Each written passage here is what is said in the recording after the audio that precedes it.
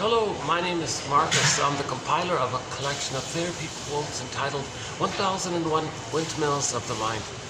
A collection of advanced self-help quotes taken from what's often called the psychodynamic or the psychoanalytic perspective or tradition, which long ago, as I understand it, was referred to by some as philosophical medicine or narrative medicine. For the love of narrative medicine, to borrow a line from the singer Steve Perry, who has a song entitled For the Love of Strange Medicine. It is a little strange, to think that what you're doing in the present is some kind of communication from your unconscious you to your conscious you. That's kind of strange like that. How do we make this inference? How do we prove that? How do we know that?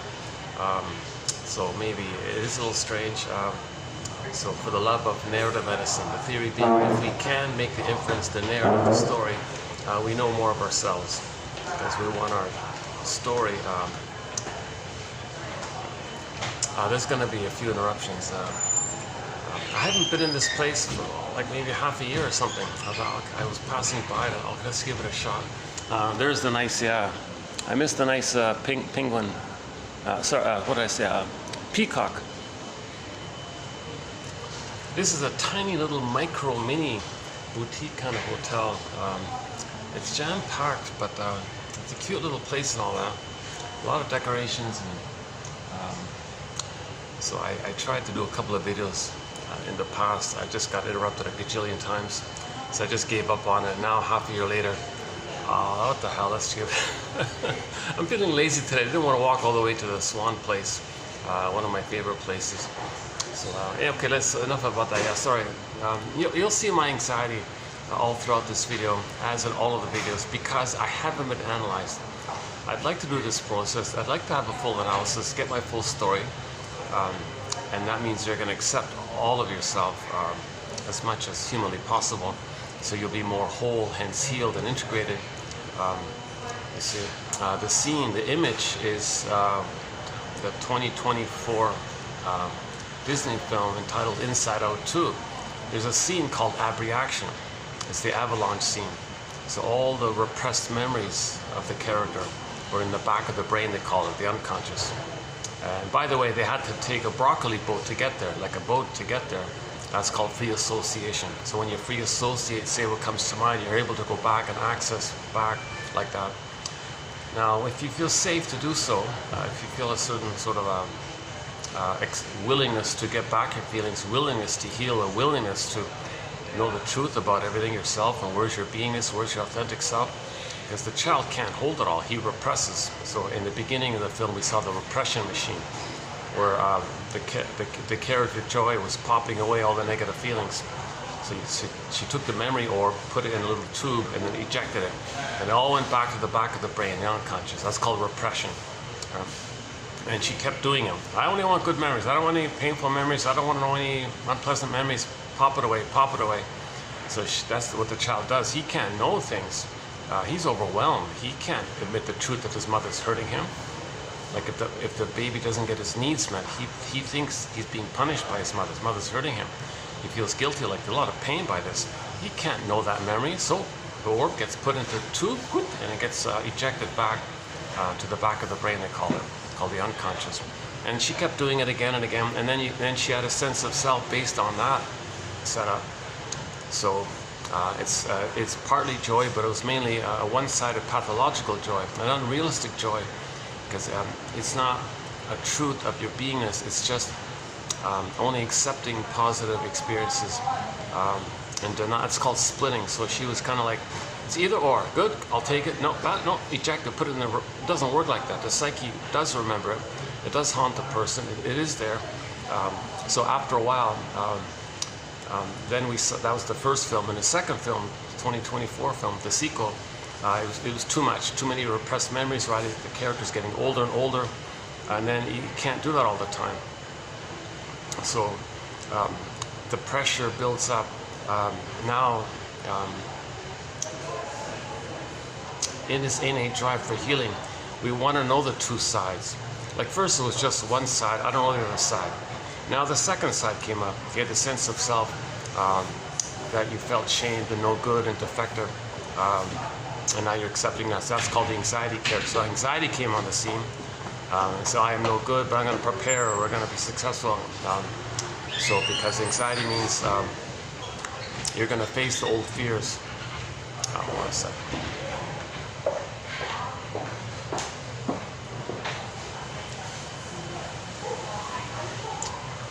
Yeah, is this going to work? Yeah, I'm starting to have this memories of what happened last time I was here.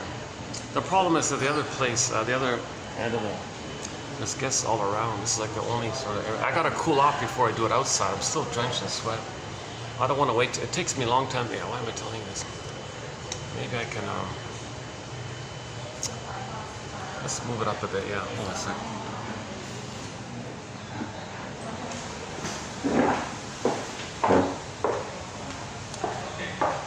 Maybe that's a bit better. I'm not sure.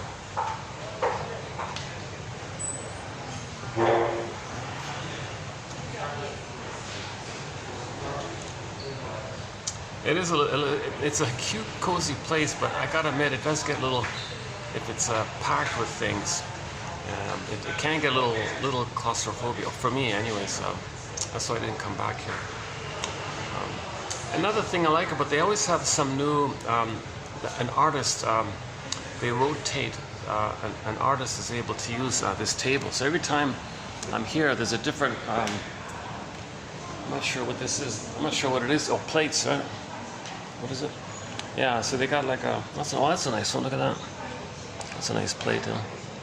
So they rotate the different artists. I'm not sure exactly, just plates, what is it? What else? Oh, just like a little stone kind of thing, so I see. Little, I guess that's, little candlesticks or something. Oh, like a cheese board, a candlestick, okay. Oh, and the plates are at the bottom there. Okay. But this is the star of the place. Yeah, these two peacocks. Yeah, that's quite a nice image here.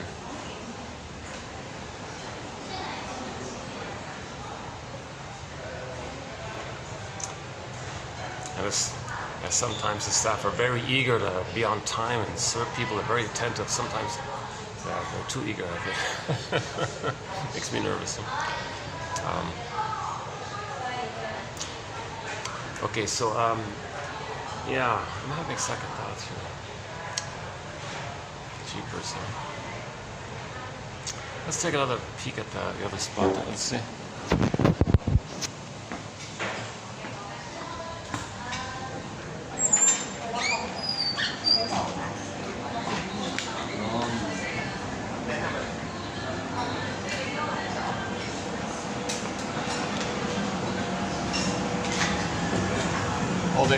Good.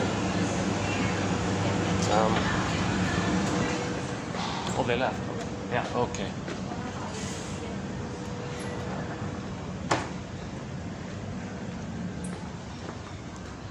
Oh, great. Some guy put his stuff on my table. Jeepers. What's he thinking? Okay, so they left, so that's good. So it's better here. Not as bright, but I gotta... Okay. Rocky start. Oh my God, very embarrassing. A rocky start here. I like to kind of get started and get smoothly into it. Should I move that guy's stuff there? Just leave it there.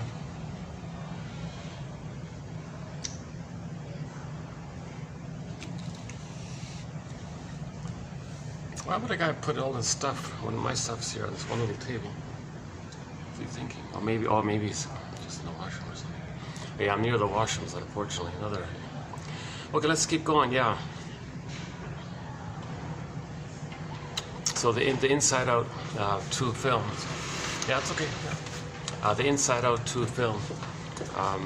Okay, so you saw some of the key dynamics that go on within. So we make this in. So these are pictures. What the film is showing you. An imagination of possibly what if it seems as if it looks like this. We don't know exactly how it looks. So people got to be creative like this. Well, how does it look? Well, how do you make a picture of repression? Well, that's pretty good. You had a memory, and you put it in a tube, and it send it back to the back of the brain, and pop it back.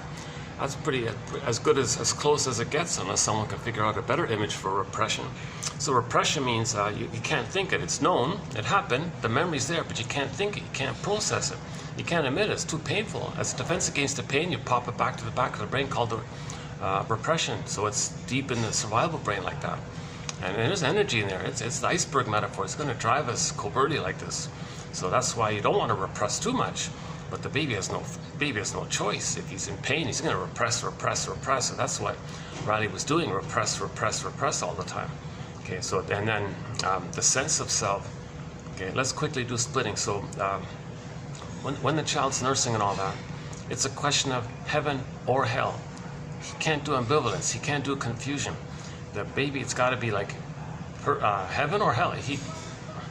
Like in the uterus, he's in heaven, in paradise, Shambhala, Shangri-La, Nirvana, like this. He's in paradise, all perfect like that. Blissful oneness, perfect blissful safety, floating around, this oceanic feeling, not a care, like that. So that's got to continue for the first 4 to 5 months, called the extended womb, the extended paradise. So skin to skin contact, natural feeding, loving gaze, mother's holding him warmly and securely and safely, nursing properly, no separations, and the mother's attuned and sees, accepts, and comforts, and you know, the common sense kind of things. Mother is making sure the baby has an extended womb-like condition called the mother-infant dual unity, the two as one kind of thing. From the baby's point of view, it's just still all him like that, and the mother functions and allows that. The mother allows that that relationship where the baby uses the mother and thinks the mother is just there to serve him and take care of him, kind of a little selfish like that, I guess. He's not there yet to realize he's a person, mother's a person. In the beginning, he's just a little god, a little king like that. So that's meant to be like that. So the mother functions as what they call a symbiotic object or a self-object for the baby. So he needs that kind of extended blissful oneness to continue for the first 4 to 5 months, right? Now, what if the mother messes up? What if she, for whatever reason, we're calling it the old cunning tales, misattuned, malattuned, connection's not broken, doesn't understand the signals. There's a whole lot of things going on why that can fail. And surprisingly, a lot of mothers are not reestablishing that connection with the baby when they come out. And if the baby's removed, that'll do it. If the cord's severed prematurely, that'll do it. If the mother's in a bad mood, or she transfers her painful past in the present, can't see the present because her painful past, and she sees all the time in the past and can't really see the present fully as the present because the pain of her past, so all time is that pastful pain. So the present's just a continuation of the past for her, so she can't really be present for the baby. Whatever's going on, or some others say, oh, I've got a baby, maybe the baby will take care of me. Like, my mother never took care of me. I'll brainwash the baby to take care. So she parentifies the baby, or the mother reenacts what had happened to her. New situation, aha. Due to her repetition compulsion, she's going to replay what happened to her. Oh, hi there, baby. I'm going to replay my timeless pain with my mother. But this time, I'm going to get you to play me. I'll play the mother. I'll shame you the way my mother shamed me. Then I'm going to flip-flop. I'm going to see you as my mother who hurt me, and I'll play myself trying to control you. Poor baby, he's not being seen by any of this stuff. That's one of the old cunning tales. Or the mother's just not around, or whatever is going on. Now, what is the he's going to be? He's shamed. He's shamed. He's enraged, and all this. So he's gonna, as a coping strategy, he's gonna project his need to absorb in the relationship with the mother. Okay, now he's enraged. Okay, so-called oral phase, like he's just kind of incorporating in, like taking in kind of phase, taking in the experience. Not supposed to give anything, he's supposed to receive and be fed like that. So he's in that kind of taking in time, and he's enraged. Now, because of the fusion, okay, he projects those elements about himself, the rage and the oral, okay, taking in idea, need, let's say, onto the mother concept. That's a strategy that the baby adopts when the mother's hurting him. It manages the pain a little bit if he says, no, I'm not enraged, I don't have needs. No, it's the mother, she's enraged, she has needs. See, in the brain, he's got a devouring monster that wants to eat him, like the Cyclops in the Odyssey, the Boar Queen, the White Bear King Valamon, so the witch won't eat me, and Hansel and Gretel, and so on. Or the guy with the horns, or some frightening, dangerous, or an alien. It could be an alien, some kind of dangerous, enraged character that's enraged and wants to gobble him up kind of thing. Because he felt like a hungry wolf. He thinks the mother's a bigger hungry wolf, something like that. Now, nobody's calling the mother these things. The baby creates an imago in his brain to absorb his projected traits of rage and oral greed onto the mother concept, and now he's dealing with that image.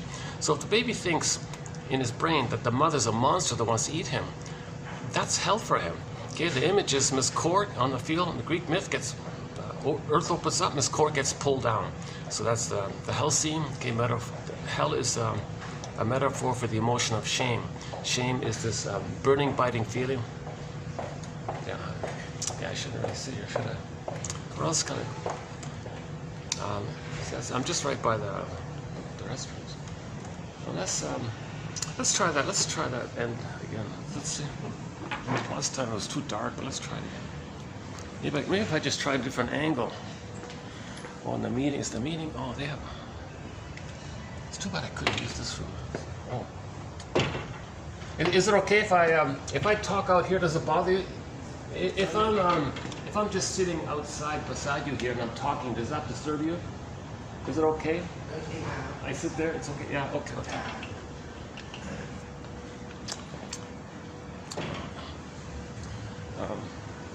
How's the lighting here? How's the lighting? Where can I get?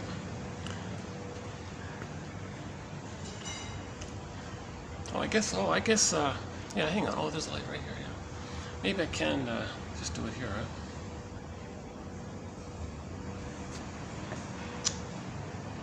right? Let's see. What if I do it here?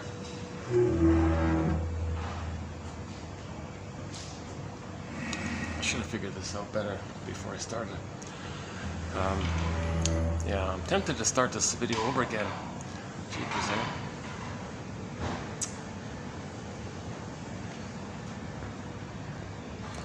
Let me take up. I guess I could leave my stuff. No, let's take my stuff over. No, yeah, okay, hang on. No, let's leave it, because then that way.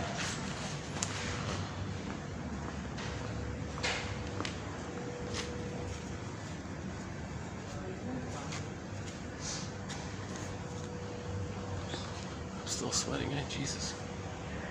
Like, it's still pretty hot, yeah. Like I walk to many of these places. By the time I get here, I'm sweating. Okay, so we're talking about the splitting, like psychic splitting. So defense mechanisms. These are the things that the baby does in his mind to deal with the pain, to repress the pain, to not be aware of the pain. Does these kind of tricks of the mind, maneuvers of the mind, operations of the mind. Laughlin has a whole book called Mental Mechanisms about this. So, and different authors run through their various, top 20 of them or something. We don't know how many there are, but everybody's in agreement of a general, common batch set. Okay, so one of them is splitting, repression, identification with the aggressor, projective identification, reaction formation, rationalization, the BP, the flipping, the double think one, and there's other defense mechanisms, the survival anxiety one. Okay, so one of the defense mechanisms is the baby's going to project, something that belongs to you, whereby if you were to know it and feel it and admit it and accept it, if by doing so would bring up so much pain, you couldn't do it. So to deal with that pain, you say someone else possesses, you attribute to others what belongs to you. So the baby does that inwardly. Somehow it's a theory. Melanie Klein and others, they believe this internal world is going on. The baby inwardly has some concept of the mother, it's just a breast mother, and then takes that image and somehow morphs it and fuses that image with his elements of rage and oral greed and turns that breast mother image into a devouring monster like the Cyclops or something. So now he's dealing with that now. So, that's part one. He projects like that. Okay, now remember by the way, his authentic self got his miscore part, that's called repression. So that's got sent away, exiled like that, got repression. Miscore on the field, earth opens up, she gets pulled down like that. So miscore, or Snow White, or Rapunzel, or any character in a myth or fairy tale represents a person's beingness. And that beingness is exiled to the forest, like Rapunzel, like Snow White. Now in the case of Snow White, she's in a coma in a box, so that's more severe trauma. Okay, so the beingness, the baby in a panic, a desperate panic with the mother, the baby flash freezes his soul like that. That's Snow White in a coma, emotional hypothermia, emotional catatonia. whatever you want to call it. And so the feelings are frozen up. So the beingness and the freezing, the beingness of a person and the positive feelings by that, usually it's the golden ball, all that's frozen or unavailable or repressed like that. Sometimes the fairy tale talks about the feeling side where the golden ball goes down the well, or the beingness goes like Miss Core or gets exiled. Sometimes they're together, like Rapunzel. Rapunzel's a good 101. You got the beingness, Rapunzel, and the golden hair, the vibrancy, the aliveness of the hair, representing the feelings of the person. You got the beingness, you got the vibrancy of like the sun. So the sun is the radiance like that. So they would use gold, something goldish, as the storytellers would associate that in that way. So the gold. Okay. So So first, So first the baby freezes as his soul, exiled like that. So that's it. Could be now the soul could be turned to stone, like Echo becomes a statue, Faithful John becomes a statue. It could be frozen. I'm using the frozen woolly mammoth image. Up in Siberia somewhere, there's a woolly mammoth frozen in a block of ice. So your beingness is frozen like that. Janov calls it. Well, I'm paraphrasing what Janov said. He says, take the screen painting, make a baby version of the screen painting, and it's flat like that, but it's alive and screaming, but he can't scream. It's silent, voiceless scream, but he's got to scream. It's alive, but he can't scream. The voiceless scream. That's a real pain like that. Imagine a painting like that, where the baby's screaming, but he can't scream. And there's a pain like that, and there's like a neon light, an electrochemical neon light flashing underneath that screen painting. Unloved, betrayed, mother betrayed me, mother failed me, mother didn't meet my needs, pain, and that signal sends the endorphins, the swoon. Emily Dickinson, there's a pain so utter, swallow sup, then the person goes in a swoon. That swoon is the numbing effect of the endorphins, the mercy numbing thing if this person's in pain. Okay, so before the splitting, okay, the soul is the authentic self, the beingness of a person. Okay, the ontological self, the sense of self, I feel there for him the self, the serene, okay, and then this is your embodiment, you're at home within. You know, we're meant to come from this at home within feeling. It's a pleasant, natural feeling to be at home within. Okay, that's your beingness that got frozen, or petrified, turned to stone, ice. Now you don't feel real, a velveteen rabbit. You don't feel fully alive. Now it's a wooden statue, or very, very. Very dried out like the statue one, the stone one. Jeez, why is it? Yeah, the AC isn't too strong in here. It's gonna take me. Oh, that's why I don't want to. Oh, I remember now why I didn't want to use this place, because this is the hotel above me here. No one's gonna hear me if they're in the rooms and all that. But.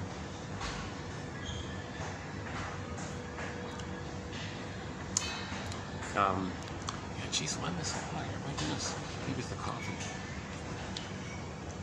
See, it's funny. It's funny how I add to my problem. Like I know I'm sweating, and then I drink coffee. It makes it worse. Huh? Something's. Let's close that door. Maybe that's it. What is it? Let's close this door here.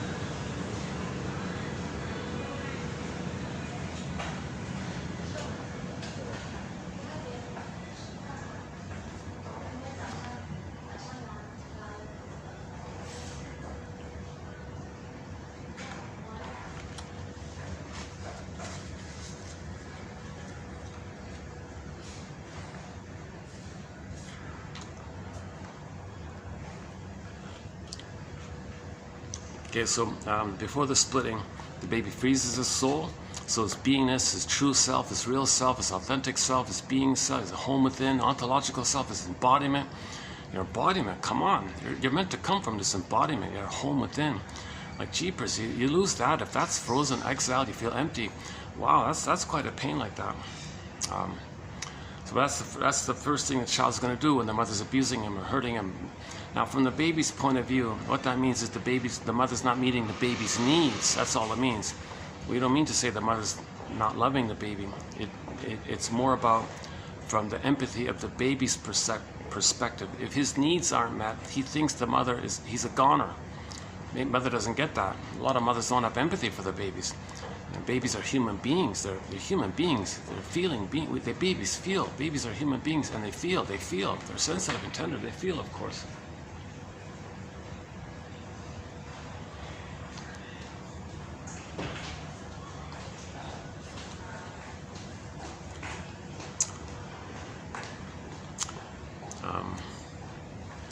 Okay, one second.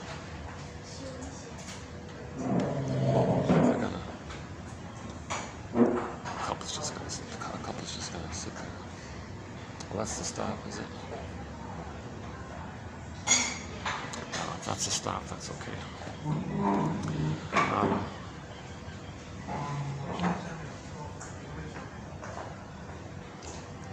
So the beingness, so the baby wants to protect his true self. He wants to protect it, so he freezes it, puts it in a cold storage, sends it away. So now he's empty, of course, and a swoon comes in to numb him out.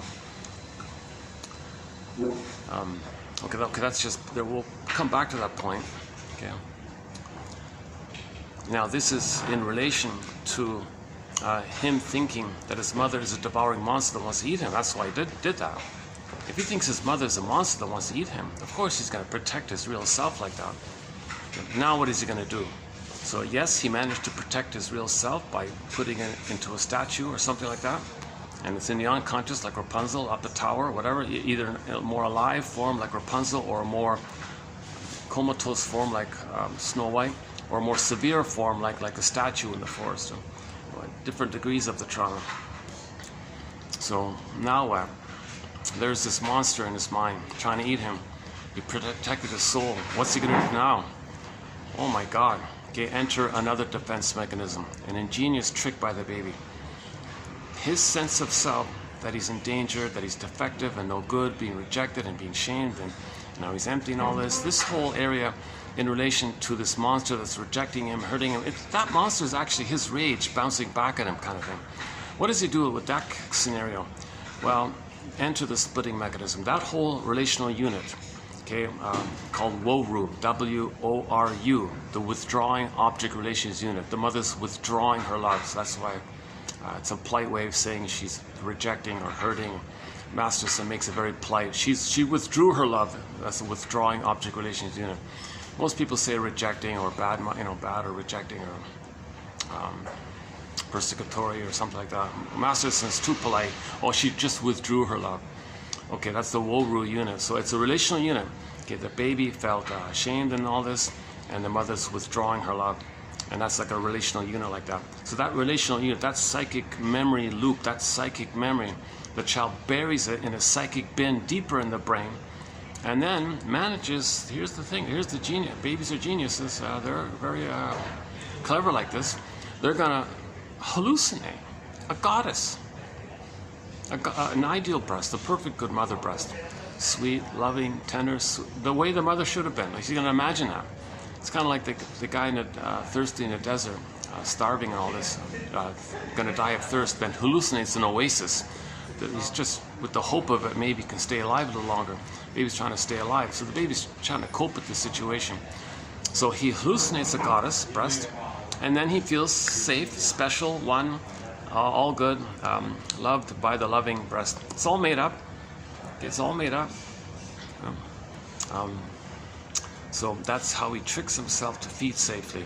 I mean, that's how he tricks himself to be able to take in the powder stuff or whatever is being offered by the frustrating mother. So he manages that way. So all the hurtful things the mother's doing, no, that's not my mother, that's a monster, that's not my mother. The monster's not my mother. It is the mother. But he denies it and splits it like that and makes up a hallucination. Oh, she's a goddess, she's wonderful, she's amazing, world's greatest mother, etc. And then he feels special like that. And by that trickery, he makes himself safe. He calms himself like that to be able to take in the powder stuff, so he can nurse, take in, and survive. That's called splitting. Okay, Melanie Klein's jargon for this is the paranoid schizoid mode of experiencing, the paranoid schizoid position, the paranoid schizoid mode of operating. Okay, so the paranoid part. No, the mother's not a monster. That's paranoid. And the schizoid is. It's just like the splitting, it's detached. The mother's not a goddess or demon. That's so like schizophrenic, in reality like this. Paranoid schizoid position. But all babies may briefly do this. It's just meant to be for a few weeks like that. assuming the mother is normal, it all gets sorted out.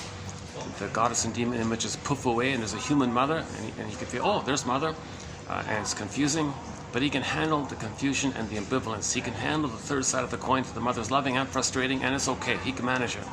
And if he were angry at the one who he loves and loves him, he'd feel badly and want to make a sorry mother. Like he has that kind of regret and feeling and apology, reparation area. See, in the splitting, you don't have any of that stuff. He's just in survival mode. He's just got to survive. He's not in a place of, like if the 2-day-old baby bites the mother's nipple and she's screaming, and someone says to the baby, that wasn't very nice of you, baby, to bite your mother's nipple. She loves you. I know you got to be kidding. He's in survival mode. He's trying to survive. He thinks the mother's a monster. He's going to apologize to the mother. He's torturing him, he thinks. He's not in that kind of place. He's in survival mode. So that's why in the splitting mode, there's no empathy or reparation or apology or regret or feeling or empathy. It's just the basic survival kind of thing. So that's the paranoid schizoid mode.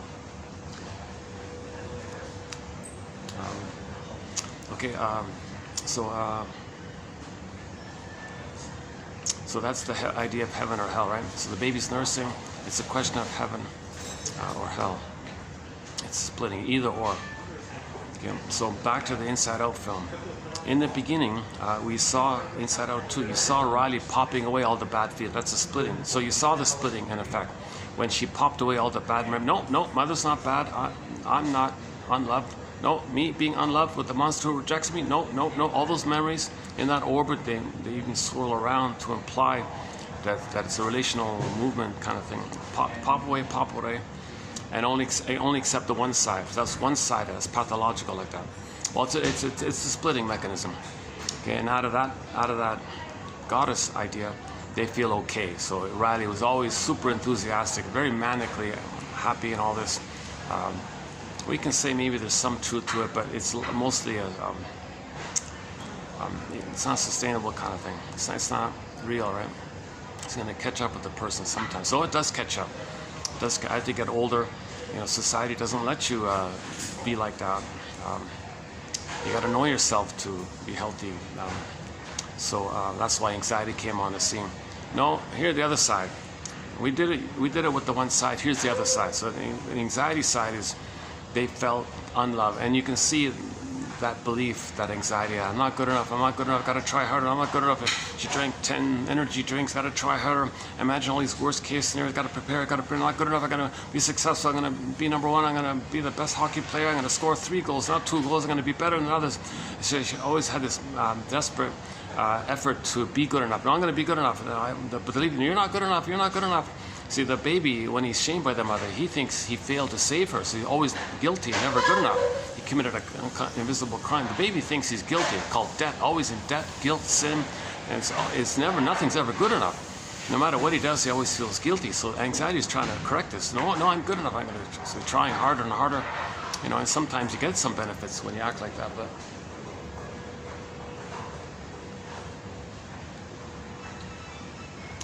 I'm surprised, things are busy. What day is it? Today's...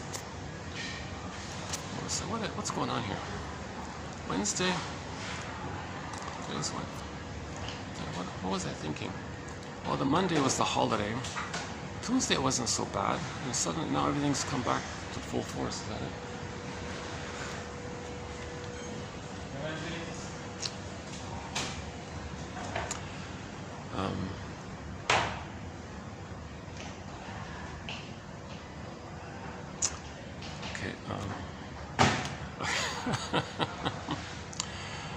It's funny, I was very hesitant about where to do my video today. I was bouncing. I went through all the options, tried this, that.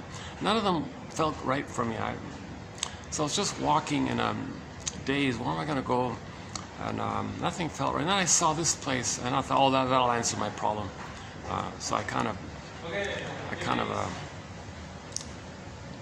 as a defense against my uncertainty around where am I going to find a good venue, this one I haven't used in a while. I use that as an excuse to avoid the conflict. I'll just come here. Did it work? No, it's probably even worse than any of the other places, right? So that's part of my anxiety, right? Okay, so when anxiety is on the console, right, you saw joy popped down. So that was the either or thing, right?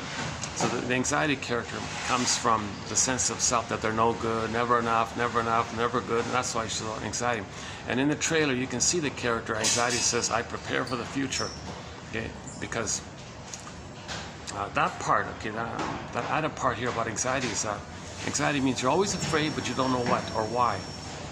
Because okay, we're not talking about benign, realistic anxieties. We're talking about most anxiety being triggered up old fears of the mother, which takes place as you live life. The mother was the whole world for the baby. So when you go, as you enter and live in the world, you're going to be triggered of the first world. And that first world with the mother, he thought he was a goner, unprepared, goner, unprepared, goner. And he's going to be reminded of that. Now the person says, I'm going to be more prepared now because I'm going to be reminded of that old fear. I'm going to be more prepared. So she's always like trying to be prepared, and she's got to be perfect to save the mother. So she wants to be a superstar, super approval. This is it because she thinks if she gets this so-called ego ideal, this perfectness, that it'll redeem the mother and save the mother, and the mother will be healed, and the mother will love her if she's perfect. So she wants to be perfect and a superstar. Like, so you're always preparing. Like, this is too much pressure on anybody. So she burned out doing this kind of thing. Now we understand that because we all have anxiety. Or most people have anxiety, right? One form or another. So both are unrealistic. These two first sense of selves that we saw in the film was the either or from the goddess and demon. So if the mother's a goddess and demon, the child feels like a special chosen one, or a flawed, defective, no good, shamed, ugly one, or something like that, right? So that both are wrong. But the baby briefly does this to manage the situation. He's got to adapt to an abusive mother. So that's what happens. It's called a splitting mechanism. And you see later on with either or thinking, all or nothing thinking, not perfect, forget it, a lot of survival slogans. This inability to see the third side of the coin, or empathy for others, to see where they're coming from, to know the broader context of things, or to see the three-dimensionality of something, the fact that we're all homotraumacus, that we're all wounded, we wounded ourselves accidentally 10,000 years ago. They kind of have this empathy of our condition, and that we're conscious of it so we could heal, and so a little ambiguity like that.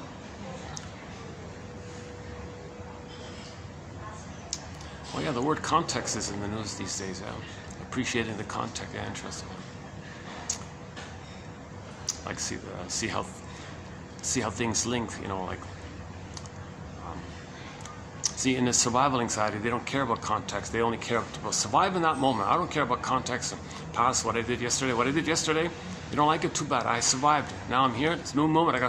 They think in that crocodile way. So that okay. Survival anxiety means the amygdala is flared up. The amygdala is too inflated. EAS, enlarged amygdala syndrome, one person calls it. So that means you're just hypervigilant like this, and but we're mainly the mammals feeling self. That's what got frozen. The being Snow White frozen, Golden Ball missing, Snow White frozen, etc. That Rapunzel locked away, Iron John the Golden Ball locked away. His core got down, Odysseus far from his home, and so on and so forth. All right, so this point here is about the brain, about how the brain has three parts, the 3-in-1 brain. Our brain has three parts, right? So the earliest primitive part of our brain is called is based on visceral sensations: fear, anger, anxiety, psychosomatic symptoms, disgust, shame, identity. This kind of survival area. Okay, and the language of it, it's biological, neurochemical, adrenaline, cortisol, like that. Okay, so that part of the brain is nicknamed the lizard brain, the iguana brain, the salamander brain, the chameleon brain, or the crocodile brain, the alligator brain, or the dinosaur brain. Pick any one of those kind of creatures that are cold-blooded, only cares about survival. They don't love or feel or play or family. Like, there's no feeling or affection. There's no tenderness or kindness. And you don't talk reason with them. You don't talk feelings with them. They only have this impulsive instinct to survive and reproduce. That's our part of the brain. It's kind of like, that's why that part of the brain is nicknamed like that.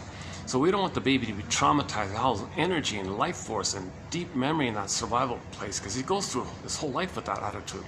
That's sad like that, right? We're mainly the second one, the feeling brain, the feeling mind, the feeling brain, the mammal. We're mammal. We have bodies, mammals. Okay, we have warm-blooded and all this, so we're mammals, so feelings like that.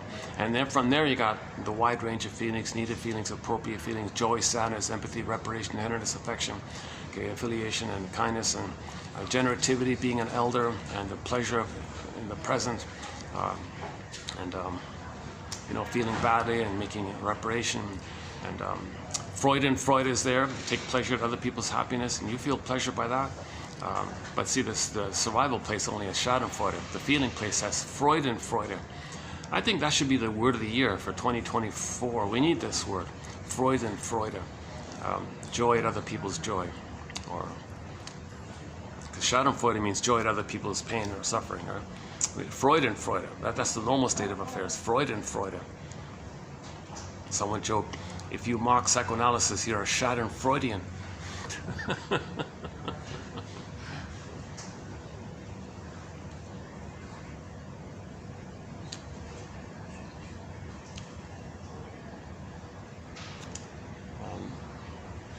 What's behind me here? Oh, the staff are just quietly working behind me. Okay. I'm still sweating it. Can you believe it?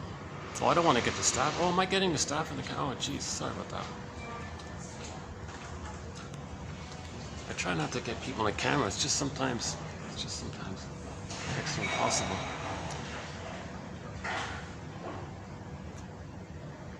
Okay, so let's finish up the inside-out point. Okay, so we saw this issue of the splitting. Okay, joy represses all the bad. Okay, and then the feeling no good, that's the anxiety side. I'm always no good, but I'm going to prepare, kind of thing. Now that's unrealistic, right? This either or, either or, either or. Okay, and we saw the problem with this either or business. So finally, in the healing journey, you got to reclaim and re-accept what you repressed. Because you want to be more whole and balanced, and the golden mean, the middle way, the middle way, the temperance, the three-dimensionality, third side of the coin, your embodiment, you want your sense of being at home with them. That home with them is called the third side of the coin, like that. So you want to get back what you repressed. How do you do that? Like, geez, who wants to remember that pain? Well, as best we can. We have to try to accept as much as we can. So you take the journey. You go on a boat called the Brocken. They call it the broccoli scene, the broccoli raft. And so that's called free association. If you're going to get back what you denied and be more and have a chance to be more balanced. See, the baby couldn't be balanced. The baby couldn't do ambivalence. He couldn't see the two sides. Mother meant well. Mother's traumatized. She can't love me because she's traumatized. She only sees her past. She can't see the present because she's so traumatized. I'll forgive her. I'll understand that. That's okay. She's loving. She'd love me if she could, if she weren't traumatized. Baby can't do that kind of stuff. You can't do that kind of confusion like that. So, okay, but when you're older, you got to do that. That's the issue. When you're older, you got to have that kind of. Then you get back your feelings and feel what you couldn't have felt back then, and restore yourself like that. Okay, so to be balanced and whole, you had to, the thing is called free association. Okay, so the two sets of cells that got popped away, leaving space for the new one at the end, the balanced one with the group hug. Okay, that's psychosynthesis of healing the splits and getting back the one that holds the two, not either or. It's a both and together that holds both and together, and you're okay, and your sense of self and your feelings and your body come from that kind of place. Hard to describe that. I'm still working on it myself, right? Okay, so the splitting, either or. Okay, to get back that conclusion, the two main scenes they showed us in Inside Out 2. The number one best-selling animated film of all time, they said now. The thing's only been out a month or something, and it's like sold 2 billion. You know, so there's a real uncanny hunger for this. Now, they don't show you the healing process. They don't show you Riley on the couch and what's going on underneath in the unconscious. We only see what's going on underneath in the unconscious, really. We don't really see Riley talking to a shrink, right? But anyways, in the healing journey, we got to free associate. And in the film Inside Out 2, they had to free associate, but they didn't know how to do it. They were looking, they were lost. Where is it? Where's the stream of, they call it the stream of consciousness, the river. Like you flow back like that. Travel back in time to your memories, so you flow like that. They couldn't find it. They bumped around, and that kind of refers to that it's hard to really say your real feelings. It's hard to make an I statement. It's hard to admit something that's authentic. So there's a resistance and a fear. So that's why we're stumbling around. What do I really feel like? I don't know. There's so much pain. I don't want to know what I feel. So you're having a hard time. Simple, basic, Pavlovian, classical conditioning. If there's a lot of pain around your feelings, you don't want to know your feelings because of the pain. So there's a resistance. So finally they found it. They found it. But then there was a hesitation. Really? Are we really going to do this? We're really going to hop on the broccoli boat to ride the raft, like the little raft, broccoli raft? And there was a delay there and fear like that. But we got to do it for Riley. Come on. Oh, okay. So it's kind of like you got to do it for yourself, you know. So finally they got on the boat. So then that would be like Riley on the surface, which we don't see. Her talking to somebody, free associating. This reminds me of this. This happened. This. I really felt like this. I had a dream, and yesterday I told you this, and I had a dream, and that reminded me of that. Oh my God! Now I'm getting it. Mother didn't love me. Mother was said that to me. Oh my, that did hurt. Now I realize. Oh my God! How I'm rich. So now you're doing the working through. They call working through. You're gonna work through. They call working through. So you do this kind of work like that, right? Because that's riding the boat, riding it back, riding the boat back. So finally, you get to the key core memories. Like the conclusions you made, the false existential conclusions you made about self and others. So if you can get to that deepest, truest, painful point, i.e. the greatest hurt of all, that free association is to get to that orb that represents the greatest hurt of all. Mother failed me. She failed. And there's an anger, and there's a but you got to get to that kind of place. I'm trying to emphasize that as I'm saying it. Okay, so so that part of the healing journey is to understand why mothers failed, why mothers don't love their babies. From the baby's point of view, mothers rejected them. That's not love. So you got to, so in other words, ride the broccoli boat to that kind of point that the mother failed, that you didn't get a loving mother, you were improperly loved, you didn't get a secure attachment style, and you had a traumatic attachment, a trauma bond, a Stockholm bond. You had to be like her, and then you had to imitate her, and you're angry at her, and you spend your life telling the world how she treated you so you treat others badly the way your mother treated you, as if to say, look, world, look how my mother treated me. That's how I'm treating others. I want to tell you, that's where did I learn this? My mother taught me this. I'm acting like her to tell the world and to show her up. That's what she did to me. So you might be doing these kind of, they call it to show up your mother phenomena, or you shame others. See how I'm shaming others? When I was a baby, my mother shamed me. So you're saying, I didn't realize they were getting all dressed up here. There's a happy moment there's a happy scene beside me. I didn't realize I was talking about such a heavy topic. Let me, 1 second.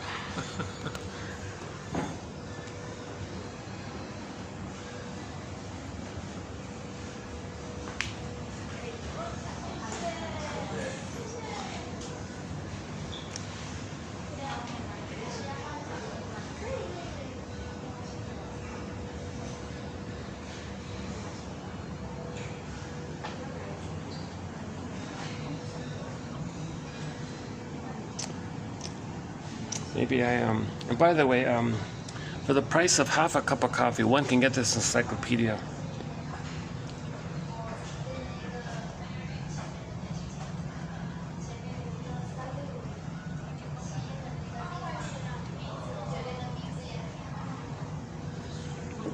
Let me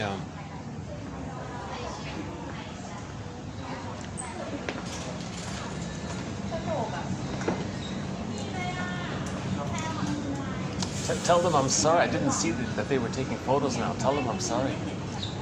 Tell them I'm sorry. I didn't see them, so I'm gonna go out for a little bit.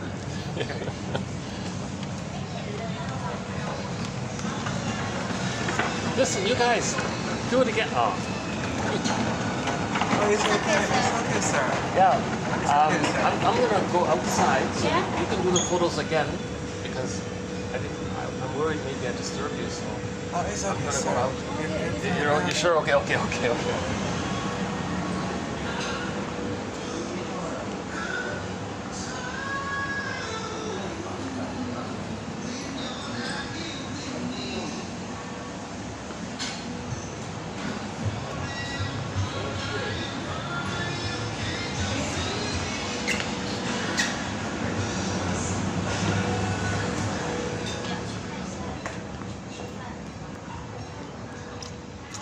yeah, I didn't. They were just.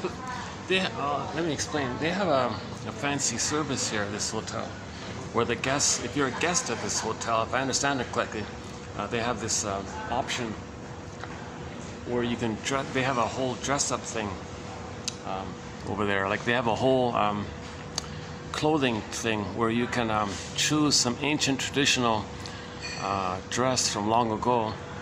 They're very pretty. Yeah, like this, like this, kind of like this, right? That'd be like one example. Yeah, see, that's very nice, right? These kind of dresses. And then you got all the little ornaments and things. Yeah, wouldn't that be fun to dress up with, like a princess or something? Oh, traditional. Oh, there it is. There, traditional dress.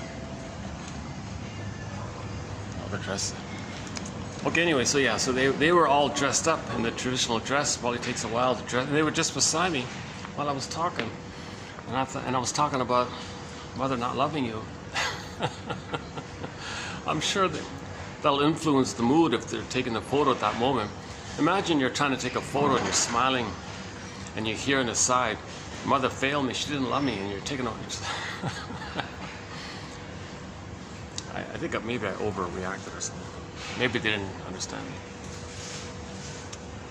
Yeah, that's part of the. That's one of the popular features of this nice place. You get to dress up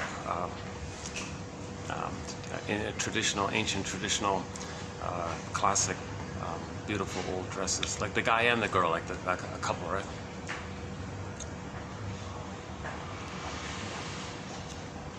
Yeah, these old dresses are really spectacular, yeah. Okay, so yeah, back to the Inside Out 2. So, yeah. Talk about anxiety. See, I have that orange mophead character in my mind running around all the time. Okay, so they finally got on the boat, and they're riding it back. That's called free association. And then you got to get to that key point, as just mentioned, where you admit, you face the painful truth. The truth will upset you free. All the joy for which you pray is 100 tears away. To get that 100 tears, you got to admit that painful truth. Okay, that your mother didn't love you. Okay, that's a painful truth. She's obsessed with her pain and her past. And she may have thought to herself, or me, that she's doing her best. Okay, there's a little bit, but from the baby's point of view, he didn't get his needs met. That's what we mean when we say the baby wasn't loved. He didn't get his needs met. Yeah. So let's just clarify, right? So you get to the core point at the end of the broccoli boat ride, that you realize that your mother failed you. That's better. That she failed you. Maybe she loved you, but she failed you. Yeah. There you go. She loved you, but she failed you. How's that? So you get to that point that you didn't get your needs met, that you were removed from at birth. They took you away. That'll do it. Maybe you find out that the mother smoked when she was pregnant. That'll do it. She failed you there. She didn't give you paradise in uterus. If she's smoking and drinking, taking pills or things, and you're in paradise, your mother's a sea monster. Can you believe it? In the uterus, if the mother's smoking, okay, the baby's not getting enough oxygen, he's suffocating. In his rage, he projects his rage onto the cord, placenta, and the 3 veins, blood veins in the. He senses that there are 3. That's the theory, that 3 blood veins, 1 down, 2 up. Okay, the cord and the placenta. He's enraged at that system, and senses some kind of 3-headed sea monster. He's in hell like that. So in the Odyssey, the Jim Henson people, the Muppets, they showed you the sea monster, the 3-headed sea monster eating the people. So somehow you got to get to some kind of core point, the moment of realization where your mother failed you, and you realize you didn't get her love, you're never going to get it, and all that time lost, the lie you believe to cope with the situation, who you would have been had you been loved, you got to mourn that. All the time wasted being false, believing the wrong thing, there's a whole issue here like that, right? Now, usually so when you can't get to there with the help of another person, you need a caring witness. You can't do it alone. This is free association. You need a caring witness. You need someone there, okay, who has their feelings, who got their embodiment, so that they accept their feelings. That means you can accept your feelings if they can accept their feelings. So the caring witness has that, and they don't. That presence is really what you need, and the reassurance that they're not going to shame you for having your feelings. So they say things like, "You must have a very good reason for saying this." Oh my God, that frees you up. You say more, you free. The broccoli boat goes further back. You must have a very good reason for thinking, "You're right. You're damn right I do." When you go back. Okay, and so he might say, "What's the hardest thing about that?" "Yeah, you're right." And you go further, and you see free souls. So his feedback is kind of open-ended, general, open-ended, helpful kind of prompts like that. He may point out. I noticed you were saying this, and now you're talking about the weather. I noticed that, like you were talking about that childhood event, and now you're talking about tomorrow's weather. Like I just bring that to your attention, because that's resistance. Changing the topic like that is a resistance. So you point that out first. You don't point out what he's resisting, just point out the resistance. Okay, so defense before content. Resistance or defense before content. So he does these kind of things. Looks for patterns. What are you repeating? And the therapist takes it as a general assumption that he's not seen for who he is. Okay, he's going to be a projection screen for the client's past trauma, and he's going to reenact it with the therapist. He observes it and gives you feedback in that area. Okay, so you finally get to that place, the key scene there called abreaction, right? The anger. So they found a way. So it doesn't matter how they did that avalanche scene. That's irrelevant. The point is there's going to be an avalanche scene, a flood of. You're going to now feel what you couldn't have felt. Okay, that's the avalanche scene. That's called abreaction.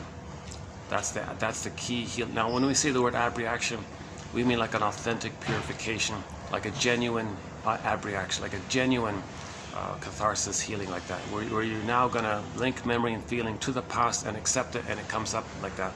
So you got a blade of understanding by the talking, and you got a blade of feeling with the blade of understanding, and they could link like you gotta have both. So you won't have the genuine bladed feeling, acceptance of the bladed feeling, if you don't have the blade of understanding, and the blade of understanding is needed for that. So this topic about abreaction is a key jargon. Go to 2745 to 73. 29 videos. Okay, the first 26 are by Arthur Janoff. That sets it up. And then from 71 to 73, specifically on abreaction. Or if you want to generally cut to the chase, then you go to 71 to 73, abreaction. Okay. So we talk about the confusion around that term. It's not the English translation is pitiful, it's confusing. Freud, the idea of catharsis has been around for thousands and thousands of years, right? Actors on the stage, they pretend that there's someone else feeling something that they want to display. That's a fake sham catharsis. Like if you're pretending there's someone else who has a feeling, and you're supposed to express what that other person is feeling, because you don't have that feeling, but that's all sham stuff. Or you pretend you're feeling it as if you feel that. Sham stuff. What the actors do on stage is sham catharsis. That's not a genuine catharsis. So there's a whole area like that, or someone's beating the pillow, but they don't know why. That's sham stuff. That's fake stuff. Okay, versus the genuine memory and feeling freezing and the release of it. That's the genuine catharsis, purification. So because of the confusion around the two, Freud came up with a term called abreaction. The ab part means the bladed release, like that. But the English translator kept the ab part called the abreaction, like a later reaction. But when you say ab in English, ab means against. Abreaction, against? What does that mean? What do you mean against? No, in German it's healing. It's like a delayed release. And ab, the ab, the prefix ab in German, it's a instinctively a positive, pleasant feeling, like a release, ab reaction like that, right? And the German and these perverted English translators, I'm sorry to say that, but the English translation is cynical and sarcastic. It was there to mess with people, confuse people, to block healing. Short sellers don't want people to know you, so they give you red herrings and confusions. So they were very cryptic and cynical and vague and cynical and cryptic, and just do these little kind of things. And luckily, we've had thousands of people kind of pluck around at it in various languages. And finally, someone said there is a French translation of Freud. I didn't know that. So I generally avoid this whole issue of the Freud quotes because of the translation problem. I wish I could speak German. I could do it myself, kind of thing. So that's a good example of why we don't have Freud quotes, with the rare exception. But generally, we don't have Freud quotes because of this. So look at that, ab reaction. In German, to distinguish and to focus on the positive side of catharsis, Freud said Abrierung. Okay, so in German, everyone gets that. We're looking for Abrierung, or however it's pronounced. Sorry, Abrierung or Rung or something. I don't know. There's probably like a deeper sound in there somewhere. I'm still sweating. Look at that, eh? Jesus. Look at that, eh? I'm still sweating. Where's the coffee?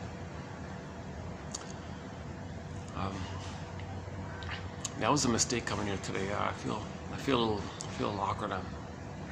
I don't want to interrupt people's holidays and things like that there. And I made it worse. I was trying to apologize. They're like stressed out with my attempt to give an apology and all this. What do you mean? And the waiter's getting excited.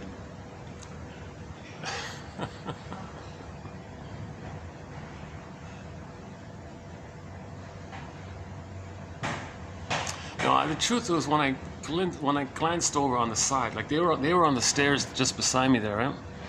They were just standing on the stairs, and when I glimpsed there, I saw the mood wasn't too upbeat and cheerful. I thought maybe I assigned it to my talking. Maybe they were annoyed by that. I didn't even see them come down. I didn't even know they were. I see what they do. So if they're a guest in the hotel, they come down, pick out their dresses, take it up, dress it up, and come down and take a photo. Is that it? And the staff gives them a photo. Okay.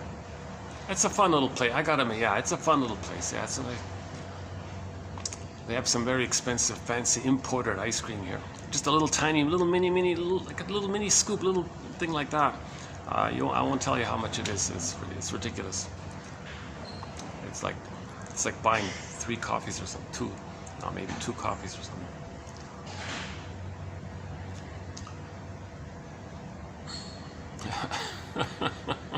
Big advertisement. Oh, we got imported ice cream here.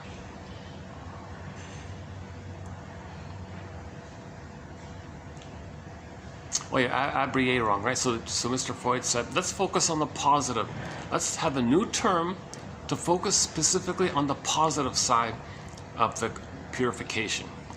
So Abrierung, the delayed release of your feelings back then. You had your feelings, you couldn't release it, you couldn't feel it. Now there's a delayed release of it. That's the ab part, and the Abrierung, like the reactive, like the release, delayed release. I think it's delayed release.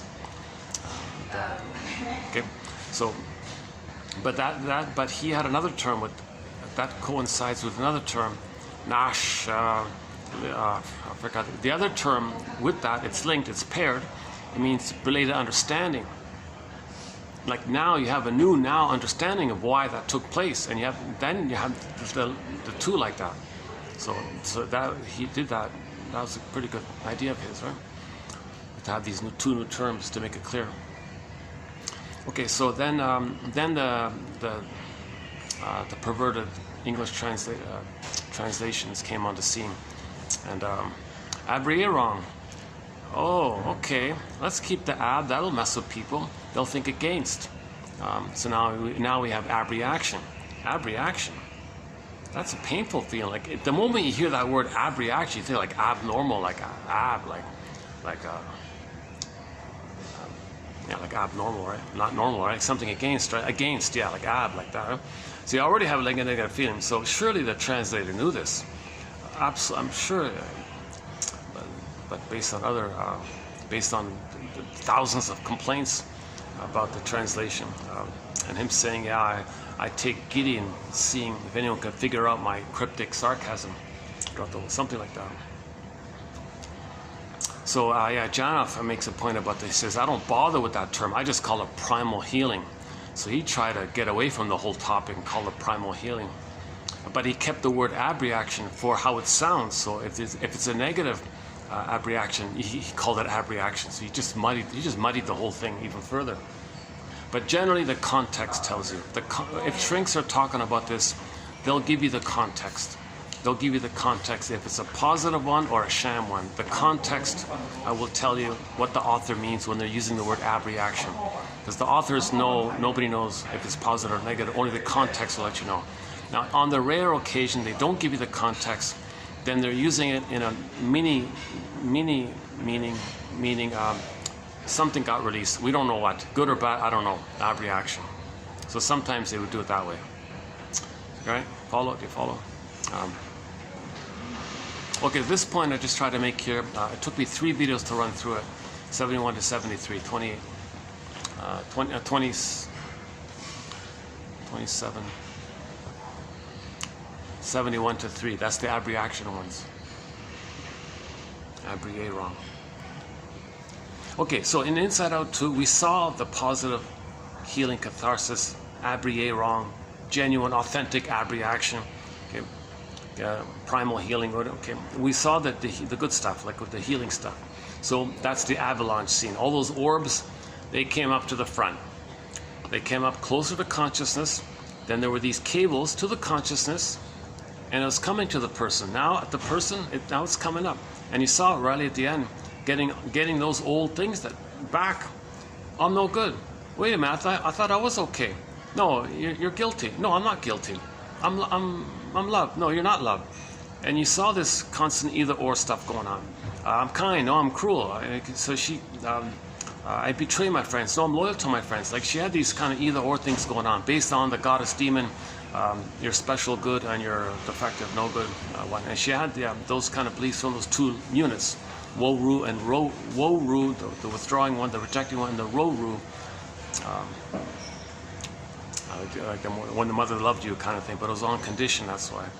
So you had the two either ors going on, and it's confusing. So you saw that the two previous sets of cells based on the either or were removed.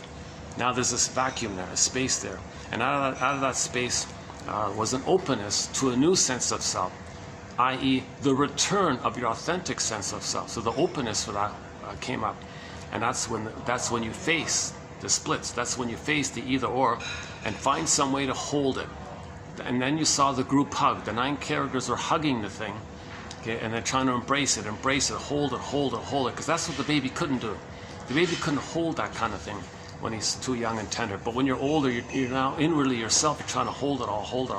Okay, he's the bad, you're no good, you're good. Like, you're trying to find a middle ground that embraces and holds a broader sense of yourself.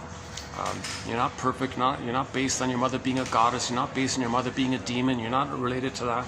You're a human who's wounded, your mother's wounded, your father's wounded, we're all wounded. We're homo traumicus, we're homo woundedicus, we're homo neuroticus, homo dysfunctionalicus.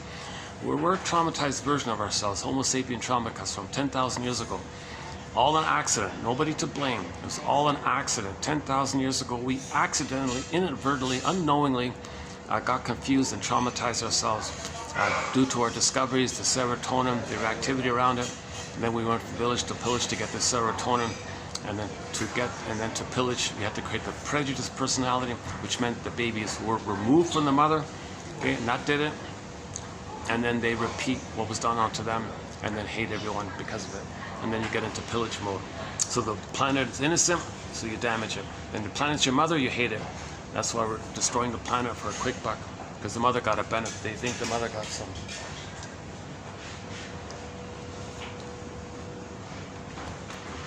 If I'm, hey, if at any time you want me to go, just let me know, right?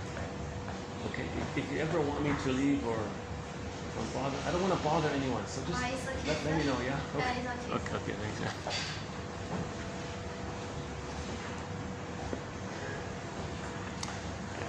I'm not gonna. Yeah, I was gonna say, there was a good reason why I didn't come to this place anymore. I'm now reminded of why I didn't come back here.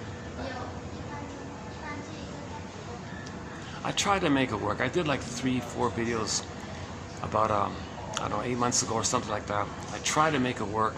It was always choppy and I was bouncing around, interruptions this, interruptions this. I just, okay, I can't do it. 3 strikes and you're out, place. I'm sorry.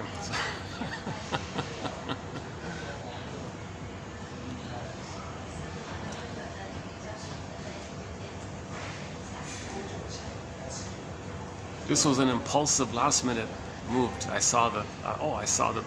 accidentally saw it when I was walking by.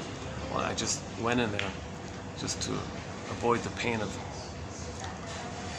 where I was going to do my video today.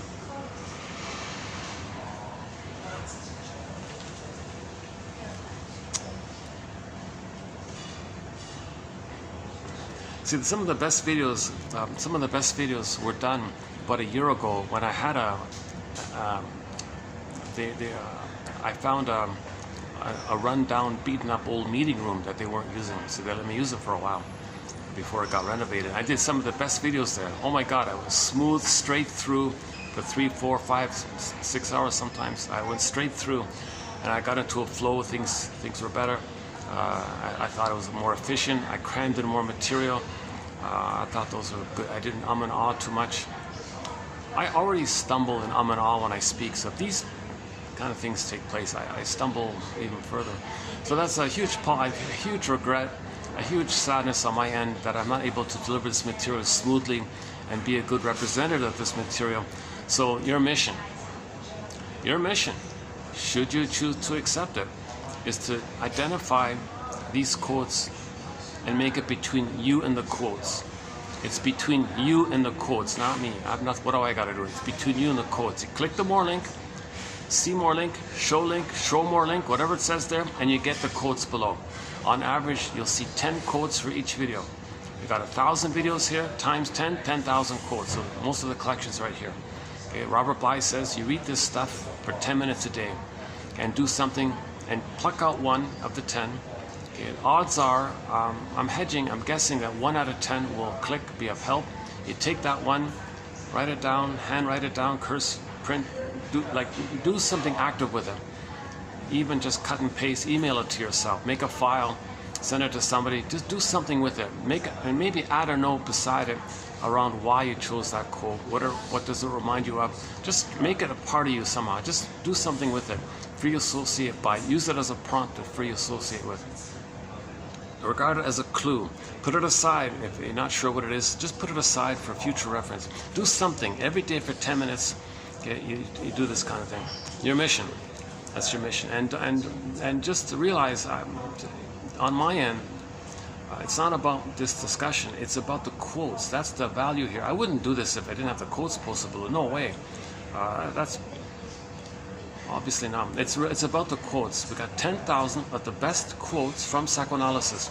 Okay, the best shrinks out there that we can find. James F. Masterson, Karen Horney, Edmund Bergler, Melanie Klein, Margaret Mahler, okay, William Fairbairn, okay, James Grotstein, Thomas Ogden, okay, David Solani, okay, and you got, and the list goes on. Althea Horner, Arthur Janoff. I would include him now in there as well, actually.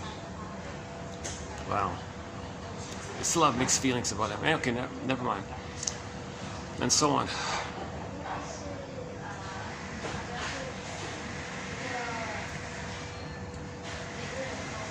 Are they still there? Oh, they're still there.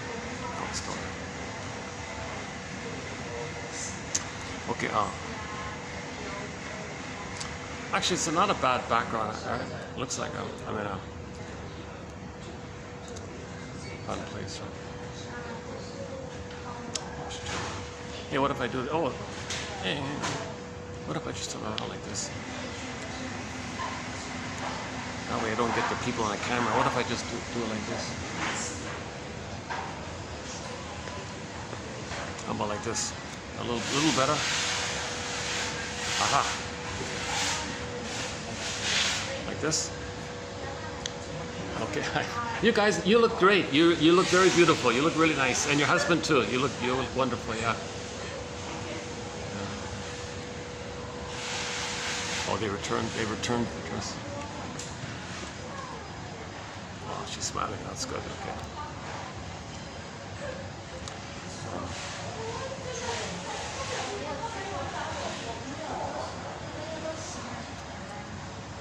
Oh, good. I made amends a little better. Okay. let's try the other spot.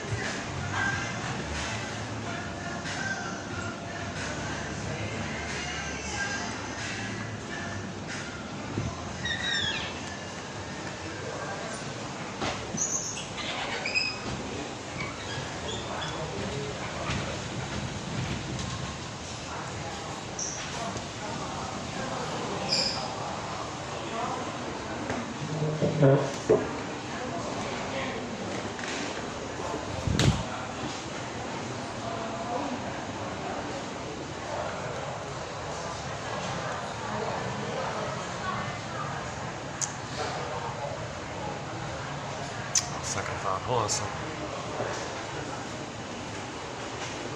Let's go outside for a bit. Can I handle the heat here? Let's see.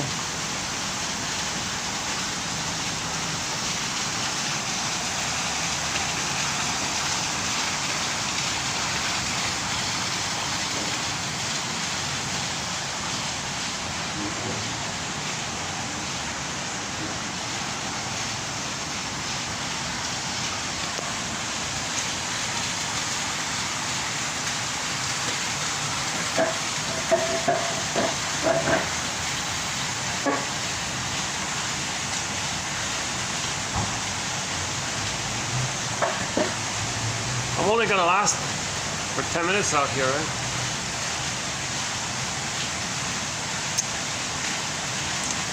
A little distracting for me.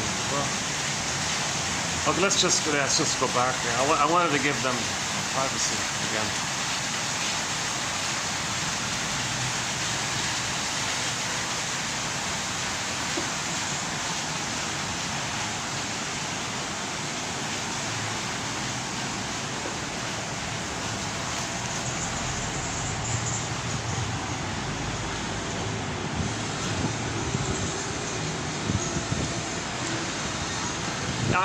I can see the real effort. I now get I feel a little gratitude and appreciation of this staff being very flexible and trying to accommodate everybody somehow in some way. Yeah. Oh, there's the ice cream man. Yeah. There's the huge jumbo ice cream man. Let's see if I can hang out here for a bit. Actually, maybe I can go to the. There's another little coffee shop, not too far from here.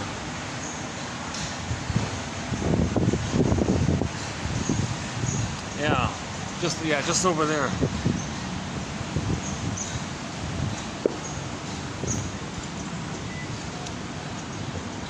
Yeah, that building there, I think. Yeah.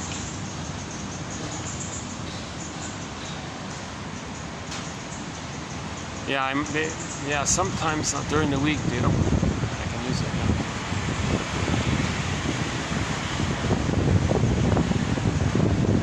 Oh, there's a bit of a breeze here. Sorry about these delays like this. I know. I wish I could edit it out or something.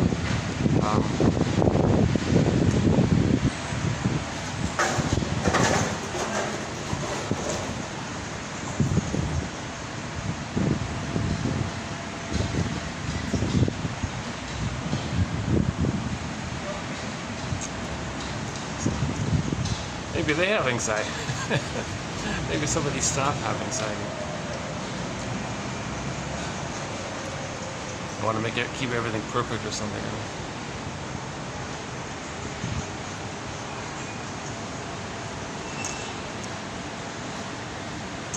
Okay, so yeah, so wrong, right? Abreaction. So that's called that's the avalanche scene. Okay, so you got the old repressed memories. Now you're feeling what you couldn't have felt. Now you're accepting and knowing what you couldn't know now and feel. So you couldn't know it, you couldn't feel it. Now it's coming to you. Now there's a huge, okay, you know, that fire, that scene, okay, that's also known as the phoenix, the firebird, okay, red bird ride, whatever you want to call it.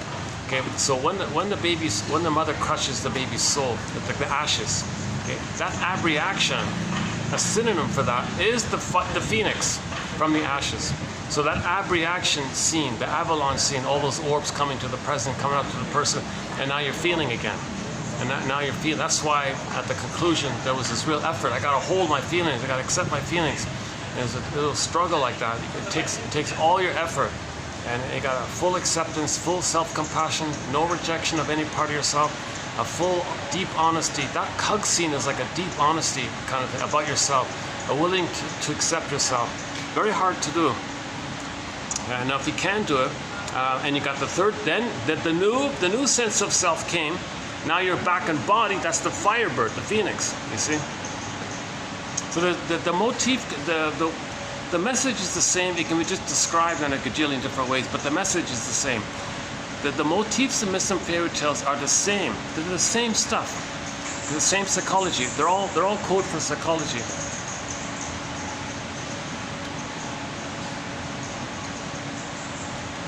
Can I go back there? Let's see if I can go back there.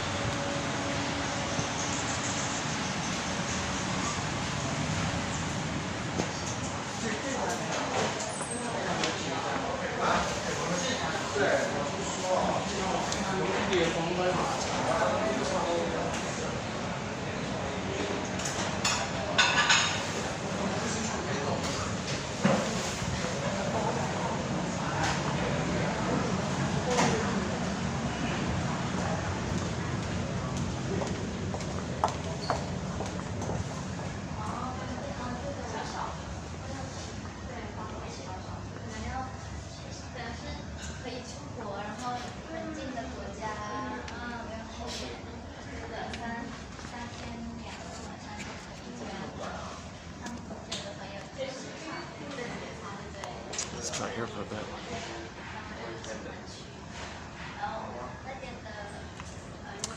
So we're it's too dark here, right? So let's try. How about here? How about here? That's a little better, right? Yeah, okay, a little better here. All right. Okay, so let's leave it there for Inside Out 2, the #1 animated film of all time in terms of sales and money made and all this. I was surprised by that. Really, were there more viewers of that than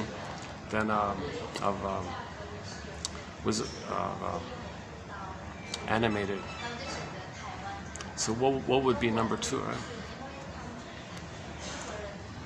Snow White or something? I don't know. Yeah, so once again, Snow White is a metaphor for a beingness. Okay, for a fuller discussion on Inside Out 2, you'll find it if you go to 2840, 2840. TQ, therapy code, 2840. In that batch, I spent most of the time for the quotes in that batch on that Disney film. And we included some quotes from the director. There's one from there from Pete Docter. I regard him as a soul doctor, giving us emotional literacy. In the original Inside Out, the first one, 9 years ago, 2015, all you gotta do is notice the 5 characters. Just imagine a circle, put a circle around joy and sadness, another circle around the other 3, and there you go. You see the 2 sets or groupings of feelings, emotions that we have. From the mammal, from the feeling, from the being, joy and sadness, and the whole range there. When that's gone, you go back to the survival brain, Then you see the sensations of the fear, anger, and disgust. Disgust was mainly about distaste and smell, but also later on it was for shame as well. Visceral sensations. Okay, so when the baby's needs are met, the joy, the pleasant, the golden ball is there, like the Rapunzel's hair is there.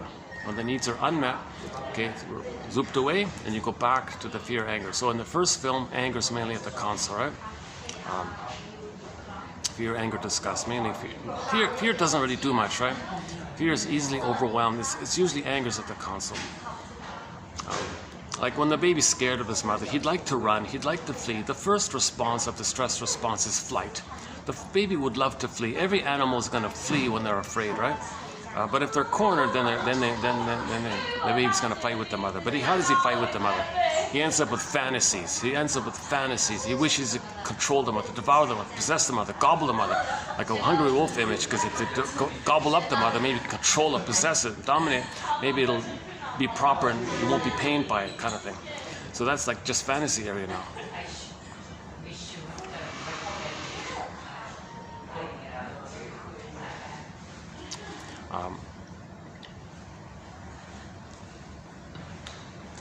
Okay, where are we?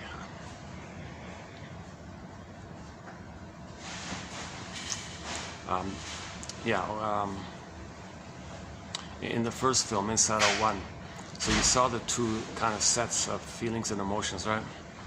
So from the feeling self, you got joy, sadness, and the whole range there. Okay, joy is the main one that runs the console.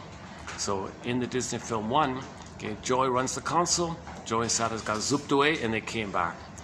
Okay, first sadness, then joy. Okay, same pattern in the second film. Okay, joy and sadness got zooped away, first sadness came back, then joy came back. Same basic thing. We have our golden ball, we lose it, want to get it back. Okay.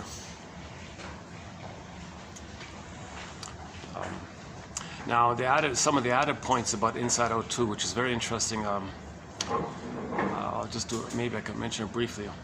So in Inside Out 2, those 5 characters from the first film, they all went under. Oh my God, what's left?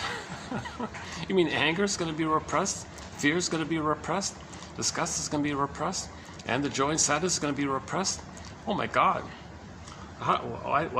It's interesting they did that, right? Because maybe in school, you can't show anger. In society, you get in trouble. You can't show anger. You can't show fear because you might get picked on or something, right? And you can't show that you're embarrassed. People will mock you or something. So everything got put down. So what's going to be at the console now? Okay, well, since fear, okay, is going to be denied further, the baby was afraid and all that. He was terrified also. Fear was the first one because it was a direct thing. But now you're getting older, it's all repressed. So when fear is repressed, boop, to the front, anxiety. So anxiety is like the surface manifestation linked to the underlying fear. And fear is underneath, anxiety is on top. Okay, so the link between anxiety and fear. So anxiety is at the console, okay, because fear is there. The child was afraid. Repressed anxiety comes up. Anxiety means fear. Anxiety means you're afraid, but you don't know what it is. It's that fear that we forgot with the mother. And so that's what's coming out. And then anxiety said, those fears with the mother are going to come up again. It's going to be triggered, but now I'm going to be more prepared. And the baby had the belief that if he was perfect, if he could save the mother, if he could make the mother feel a blissful oneness, because the baby's so perfect, the mother can feel that the baby can redeem her. If the baby's perfect, then she can be perfect, and it can be symbiotic, and one, this kind of wild stuff. So that's why it's impossible. It's impossible. No baby can save the mother, redeem the mother. No baby can fix the mother, cure the mother, heal the mother, make a traumatized mother be a healed mother. No baby can do this kind of thing. But anxiety is dealing with this issue because all those old fears of the failure of the baby doing that is going to come up again and again. So that's why anxiety had this unrealistic burden on her shoulders. She had to drink 10 energy drinks. She had to buzz around manically all the time. She had to have a whole... she was very active, trying to imagine every worst case scenario imaginable. She was catastrophizing all the time, trying to be prepared. So this is an impossible task like that. So of course this is wears the person out. It's based on a false belief. It's based on the false belief that of your original guilt, original debt, original sin. Nonsense. No baby's guilty, debt, or sin to the mother. Nonsense. Every baby's beautiful and innocent, and they're meant to be loved and meant to be blossomed. No baby's born guilty. This is an awful, disturbing thing. Babies feel guilty because they couldn't save the mother, and then people come along and say, hey, as part of the pillage and plunder, we can say that you're in debt because you feel guilty. 20% put the 80 in debt because the 20% feel guilty. The 80% in debt go along because they feel guilty, and everyone feels guilty. Just the more painful ones are the more active ones, the 80% of the. So that whole issue of guilt, debt, sin being part of the pillage and plunder is discussed in 27-25, part 3 of 3. A lot of material there, a 7.5-hour video. I won't enter that topic for the time being.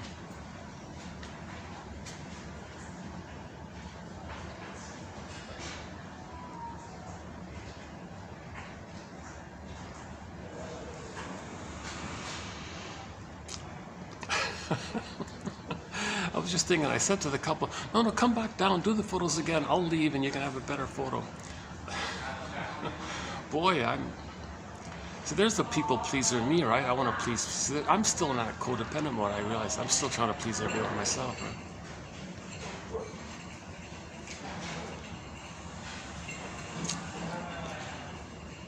See, we all have that originally. Now, if there's more severe trauma, you don't bother with that. If you see it, you mock it because it was mocked in you.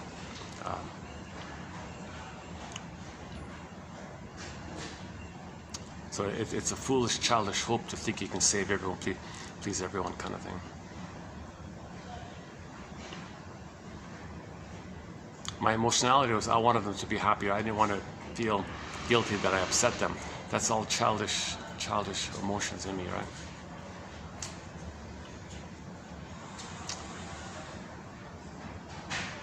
So all children want to save their mother because they need a loving mother so they can be loved and be themselves. So all children start off in that mode. If there's over-the-top trauma, they don't bother. They identify with the aggressor. And then if others are in that mode, they shame it and mock it because they had to give it up, so they don't want to see it in others. So you got the stingers and the clingers personality styles. Just theory. Once again, 30% of what you're hearing in this video is wrong. It's up to you to figure out which 30%. That's what Robert Bly says to the audience. 30% of what you're hearing is incorrect, and it's up to the viewer or listener to figure out which 30% is wrong. Well, 30% wrong. 30% is wrong. Is that right? Well, tell me which 30% is wrong. I don't know. Each person's got to figure out which 30%. That's what Robert Bly did. Encouraging people to be their own detective. Your mission, should you choose to accept it, is to be your own detective. Your own psychological detective, existential detective, emotional detective. You can't heal if you're not your own detective. You can't bypass that. You can't bypass that with taking some pill or like today's topic. We'll get to today's quotes actually. This will be the last. Yeah, I'm going to do part 4 of 4 on the work of Mr. Groff and that whole area. I went on a bit of a rant. Okay, hang on. I'm getting ahead of myself here. Did we finish the Inside Out? Yeah, okay. So anxiety's at the console. Because as we see in the trailer, she says, I'm going to prepare for the future. We got to prepare for the future because in the future, you're going to be reminded of the old fears. But the baby was unprepared. But when you're a little older, you think it'll be more prepared because you don't want to feel that immense pain anymore. So you're going to be more prepared, think you can buffer it, master it, manage it, not be pain. But so it's not a realistic fear. You're just feeling the old fears. That's called anxiety. And that's why, and it's visceral. That's why she's buzzing around manic like that. And her hair, her frazzled hair, kind of shows the manicness of it all, this panic of it all, right?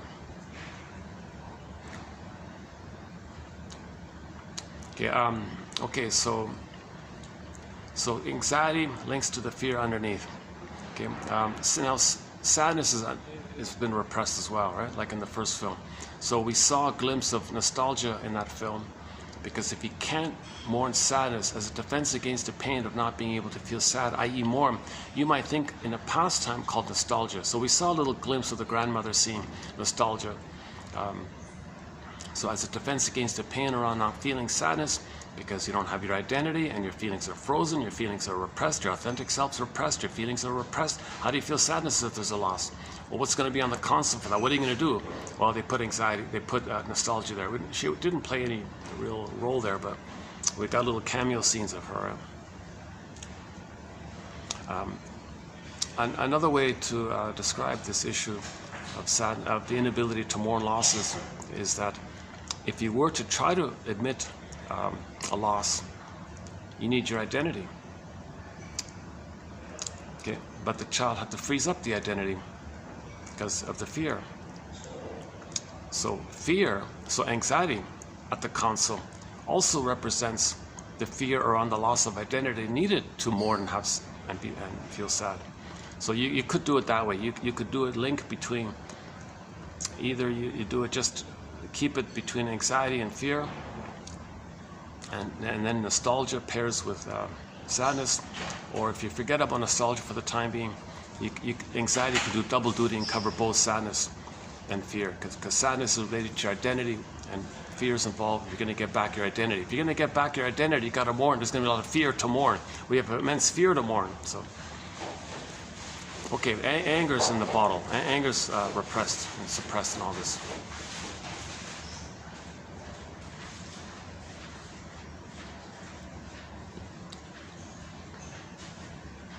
Okay, so what's at the console there? They put envy. She didn't play. They didn't show her in full-blown envy mode. They just showed her in a very mild mode by doing reaction formation. She doesn't hate the goodness she sees. She flips it. She overly admires it.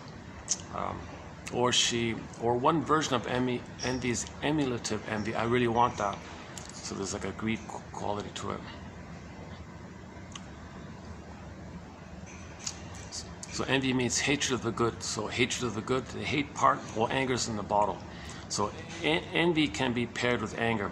My theory about this as well is because in that film Inside Out 2, in the unconscious, joy is sort of the captain, and the second in charge was anger, right? It's joy and anger. On the surface, you got anxiety and envy, kind of paired up like that. Envy means hatred of the good, right? But they don't show the envy characters hating the goodness. But maybe she does, but we don't see it. I really want it. That's called reaction formation. They're showing you the flip of it. The entitlement, the anger, I must have it, I really want it. They didn't show envy the way we normally use the word envy, okay? Hatred of the good. They didn't show it that way. So I'm still a little question mark about how they're doing it that way with the envy. She was greedy and desirous, so that's anger. That's anger. Is the anger and the greed like that? Okay, I think I had a better idea back in 2840 around that. What else? Joy is in the bottle, right? So what's at the surface? You can't feel joy. Was ennui, boredom. So if you have joy, you're not bored. If joy is bottled up, then you're going to feel bored. I think that's basically it. And then shame is in the bottle. Then you got embarrassment. That's pretty easy, right? Shame and embarrassment. Embarrassment be like a superficial leakage of the shame underneath, right? You feel shame, you feel embarrassed. That's kind of pretty clear like that.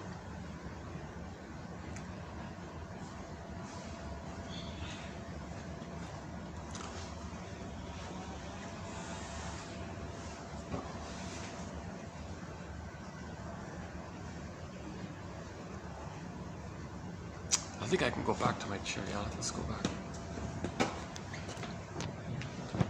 Finally, I can go back to my chair.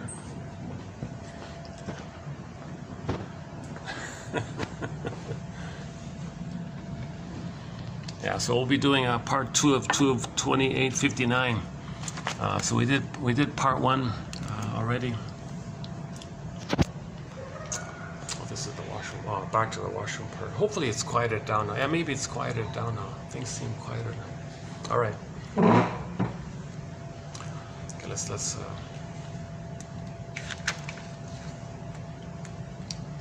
Yeah, I'm noticing this Italian. They got some kind of photo from Italy, Torino, Italy, right? Some kind of a restaurant, outdoor restaurant. Yeah, nice picture.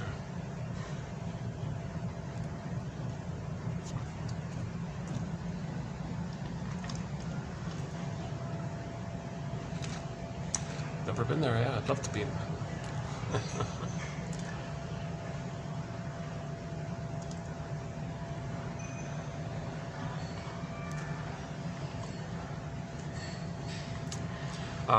Another clue that we're talking about attachment trauma, relational trauma, interpersonal trauma.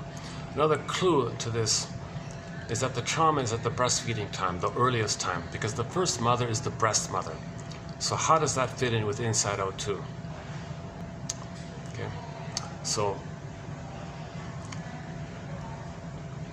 the NU character, okay, one theory about the NU, the boredom one, okay, that's because the baby was expecting mother, hoping, waiting, not knowing what she's supposed to get, expecting it somehow, sensing that the breast should be there, partially knowing but not knowing it, and waiting and waiting and waiting, never got it. So that you end up bored like that. So NB was kind of bored and a little bit sarcastic like that. Nostalgia, there's one version of nostalgia called pathological nostalgia. So if we focus on pathological nostalgia, the idea about that is you want to go back in the past, okay, where you had a dream which you thought if you met everything would be perfect and blissful. Blot out or ignore the negative parts of it, highlight the positive parts of it, and amp it up as if you got the dream, and create this blissful, timeless place which evokes up, which traces back, which is echo of the missing blissful oneness of the breast. So pathological nostalgia is also linked to the missing breast. Envy was the breast didn't come.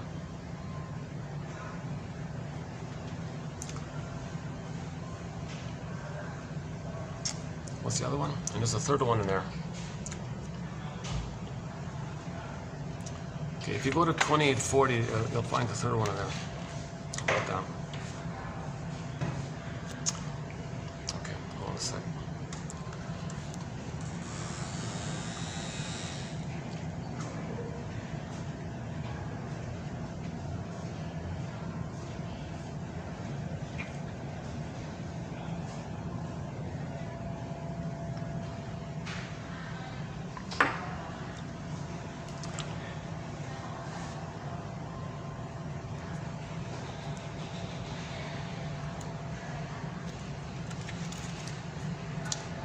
Okay.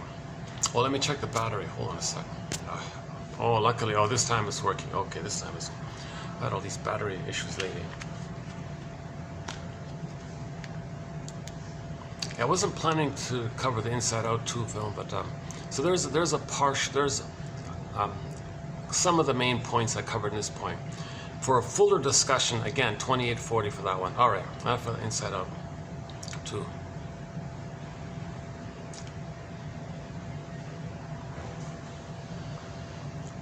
Yeah, oh yeah, okay, another point is the greed part, right? Yeah, so Riley was greedy, right? She dumped her good friends who wanted better friends. That was the greedy part. And then, you know, when she got back her beingness, she felt the sadness of it, the regret and sadness of it, apologized, and everything was okay. But she had to get back her beingness to feel regret, apology, empathy, sorry, sadness. She's able to make an I statement apology. She can do that, right? But when she lost her beingness, she was greedy. She dumped her good best friends for some more prestigious, higher status looking friends or something like that. So the greed is also the oral greed is also for the missing breast, right? There's another one about the there's yet another point about that. All right, so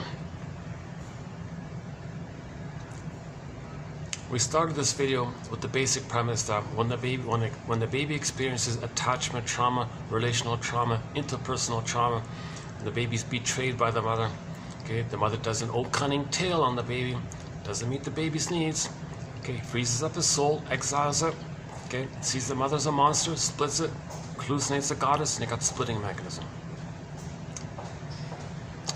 Okay, there's a psychic pain like this, it's numbed over with the endorphins.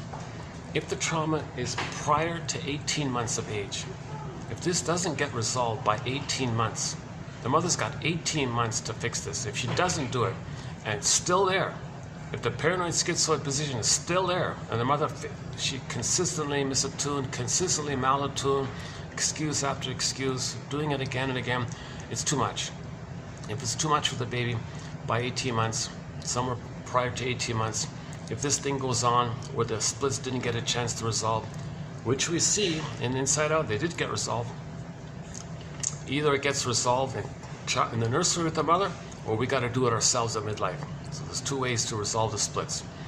Get mother's love in the nursery. If you don't get it, you got to do it yourself through the forgiveness process of narrative medicine, understanding the whole thing. Then you can get it back when you understand it. Saved by understanding.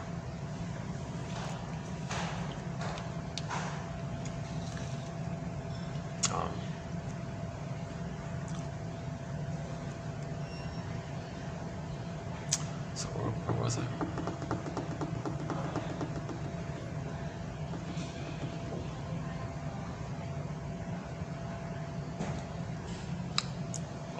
The split. If the splitting, right? If the splitting doesn't get resolved, if the splitting doesn't get a chance to get resolved, and the splitting is still used up until 18 months, then it's kind of be set. It's going to be set there. Okay. Now, so in other words, if the child freezes up the soul and it stays frozen up post 18, and it's frozen kind of in that prior place. So just in simple terms, if the baby's traumatized before 18 months of age, a lot's going on. More defense mechanisms are going to come into play. Okay. The paranoid schizoid either or think he will be there. Okay, next. What kind of identity is he going to have for himself? What is he going to think about himself? If his soul is frozen, exiled, didn't get a chance to come back, what kind of belief about himself is he going to adopt? Who is he now? Like he's emptied out, shamed, defective, denies it. Okay, he's going to project that shame self on others, say they're no good, to make him unaware that he's no good. So, but it's denied to him. So what is he going to accept about himself? Okay, he's going to take refuge in the old, archaic, primitive, once upon a time, that when he was in the uterus, okay, during that time, in the uterus, he thought he was on the throne, little king, little god, special, chosen, all this. Okay. One with the mother chose him. Solipsistic, blissful condition where he's the universe, or the center of the universe, or the universe chose him. He's in a special kind of place. He's a king, god, magician, magic, whatever it is. So he feels immensely self-sufficient because the mother's him, so he's self-sufficient. Doesn't need others because he feeds himself, kind of thing. He's autocratic like that. So he'll take refuge in that old archaic belief that he had once upon a time, that in the uterus he's on the throne. Okay, so he'll take refuge, that's called taking refuge in the grandiose part self, or infantile megalomania, the glorified self, the idealized self, the narcissistic self, like that. So the narcissistic self, okay, narcissist looks into the pool of water, sees a reflection of himself, he's transfixed like that, that's all he sees, blissed out, everything's for him like that. So he thinks he's autocratic like that. It's a mistake. The mother's there feeding him. No, the mother's him. He feeds himself. So that's why he doesn't need anybody, because he thinks he does it himself, kind of thing. So doesn't need others. So he has this arrogant, self-sufficient superiority complex, and he rejects his soul, sees his soul in others, and hates them, and maintains the blissful time in the uterus when he's on the throne. Huge irony, because the baby was never a little king or a god, but he's going to take refuge in that and dwell in there and think that. So he'll have that attitude about himself, that belief about himself. He'll take that and say, oh, I'm not there. So he regresses to that and co-opts that for his identity. So he takes that identity, he's a little god, so he'll say, well, I'm okay now, I'm a little god. His soul is wounded, projects it on others. He felt no good in his authenticity. Others can have it. Means he'll see it in others to not be aware that it's within. That's called projection. So he'll say others are no good. So the mindset will be, I'm okay, you're not okay. Okay. Now all babies begin with, I'm not okay, you're okay. All babies think they're defective and guilty because they couldn't save the mother. They're not okay. They must see the mother's good to survive. All babies begin with, I'm not okay, you're okay. All babies begin like that. But if this goes on and on and on and on, okay, the baby can't do it anymore. He makes a deal with that image that he made. He'll be that. Okay, So he takes that power of the aggressor. He identifies with the aggressor. The image he makes, he identifies with the aggressor. That's the worship the guy with the horns, worship the Satan, worship the devil. Let's clarify something here. This EVIL stuff. Okay, the baby's meant to live. LIVE. He's meant to live. When he's loved, he'll live and go forward and live and go forward. Normal stuff. Mother rejects it. He identifies with it. The repetition compulsion, he takes it away from others. It was taken away from him, and he does it infinitely in a loop. So he's always in EVIL. He's reversing it because he couldn't LIVE. Mother robbed it, identifies with the robber. Okay, and then his behavior is always in a rejecting way, the way the mother rejected him. So he says he's evil. Okay, so now he identifies with the evil one, the devil. Okay, saying whatever. That's the idea of identification with the aggressor. Identification with the aggressor. That's the psychology that underpins that phrase, deal with the devil. Okay? It's just an image that he made of his own rage around being hurt by his mother. There's no such character in reality. Myths and fairy tales are true on the inside, not on the outside. Myths and fairy tales are metaphors for psychological trauma. Every character in a myth or fairy tale is personification of some inner element. They're treated like dreams. You interpret myths and fairy tales like you interpret a dream. They're true on the inside, not on the outside. So this phenomenon where the baby becomes the mother, rejects himself, projects himself on others, and rejects them, that's called identification with the aggressor. Sandra Ferenczi, paging frenzy, Sandra Ferenczi. Okay, so he made a huge contribution here, Sandra, with this phrase, identification with the aggressor. I find it way more helpful than the Stockholm syndrome. It's a little too confusing. People think, oh, you love the kidnapper or something. No, now if you use that phrase, Stockholm syndrome, where the person thinks they are the kidnapper and they imagine that they are them and you support them because you think you are them, maybe it works a little bit like that. But usually it doesn't quite work. I think identification with the aggressor is clear, it's crisp, it's immediately understandable.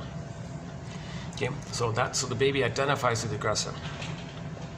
Okay, so if the trauma is before 18 months, he does a desperate, painful deal with that image, the deal with the devil image in his own mind.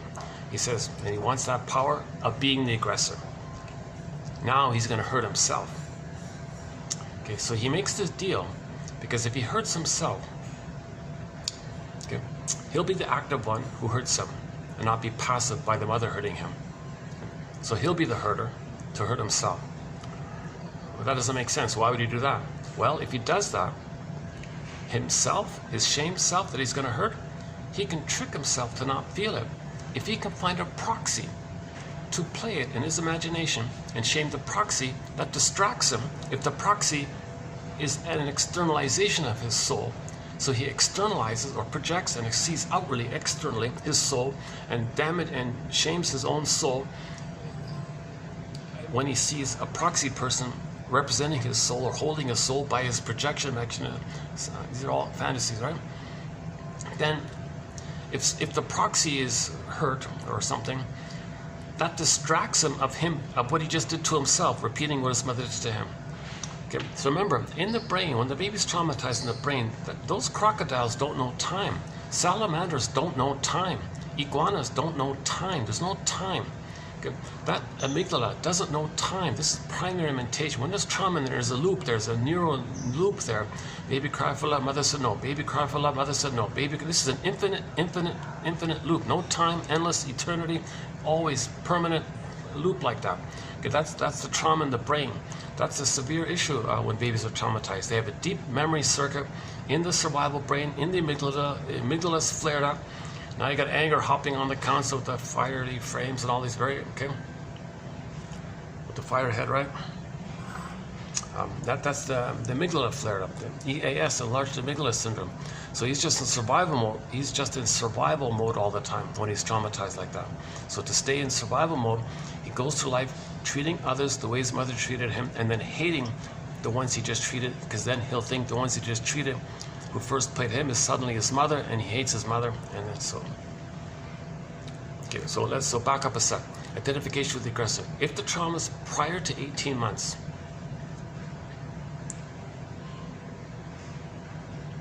okay, how does the baby cope with the situation? He's got to have a mother, right? He's got to have a mother. No baby would make it without a mother.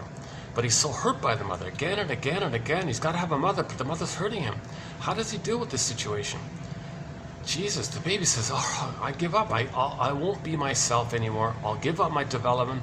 My soul will become a statue in the exile, and Rapunzel in the tower, Snow White in the coffin. I'll forget about my soul. I give myself up, and I'll be you, mother. I'll imitate you. I'll act like you. I'll be one with you. And if I do that, I'll have you. And I'm going to interpret that as you wanting me to mirror you, and so you can feel seen and supported. Okay, and then he's going to be stuck like that. And he can't leave the mother until he saves her. So he's stuck like that. At the same time, he maintains some blissful feeling with her, because all babies do feel some bliss when they're one with the mother. So if he becomes the mother who hurts him, and he's the mother who hurts himself, he maintains the blissful part. Now the pain part, that's what the proxy's for. He finds a scapegoat, they feel the pain, to distract him with the pain within. The rest of the pain that he does feel within truly is numbed over with the swoon, the endorphins. So this is a lot of things going on when the baby's traumatized, in particular prior to 18 months. Okay. Now, okay, let's enter the record here then. Imagine this loop, this infinite loop we're talking about, this experience. Memories are relational. Baby cried for love, mother said no. This is a memory that's in a loop. Okay, baby cried for love, mother said no. Baby cried for love. It's timeless, it's infinite, it's just going on all the time. That's the leaky roof metaphor. Yeah, that one guy talked about the leaky roof. Like if people get ill later on, they fix things, but they don't fix the leaky roof, then the house gets damaged again, right? So in the topic of psychosomatic symptoms, if this leaky roof goes on like this again and again, it can affect the body, and then you patch it up, but the leak is still going on. His metaphor was, well, imagine the house with the leaky roof, and then the walls and the insulation get all damaged. Okay, then you replace the insulation, you replace the drywall, you put some new paint and new wallpaper, everything's fit, but the thing's still leaking. The problem's still going on, right? So this is an infinite loop. We got to fix this leak, so to speak. Huh? That's a new idea. We just started a couple of days ago with the leaky roof, so we'll see how that goes. Okay, so imagine, let's just stick with the basic one. Let's stick with the record. I think the record's better, yeah. We've been using the record all throughout. Edmund Bergler, one of our mentors, has a thing about the record, the 45 record. I talk about nostalgia, right? All these black and white photos here. So let's think about the 45 record. Imagine this memory interaction. Let's call it something. Let's call it the cry for love. Baby cry for love, mother said no. It's an infinite cry for love, mother said no.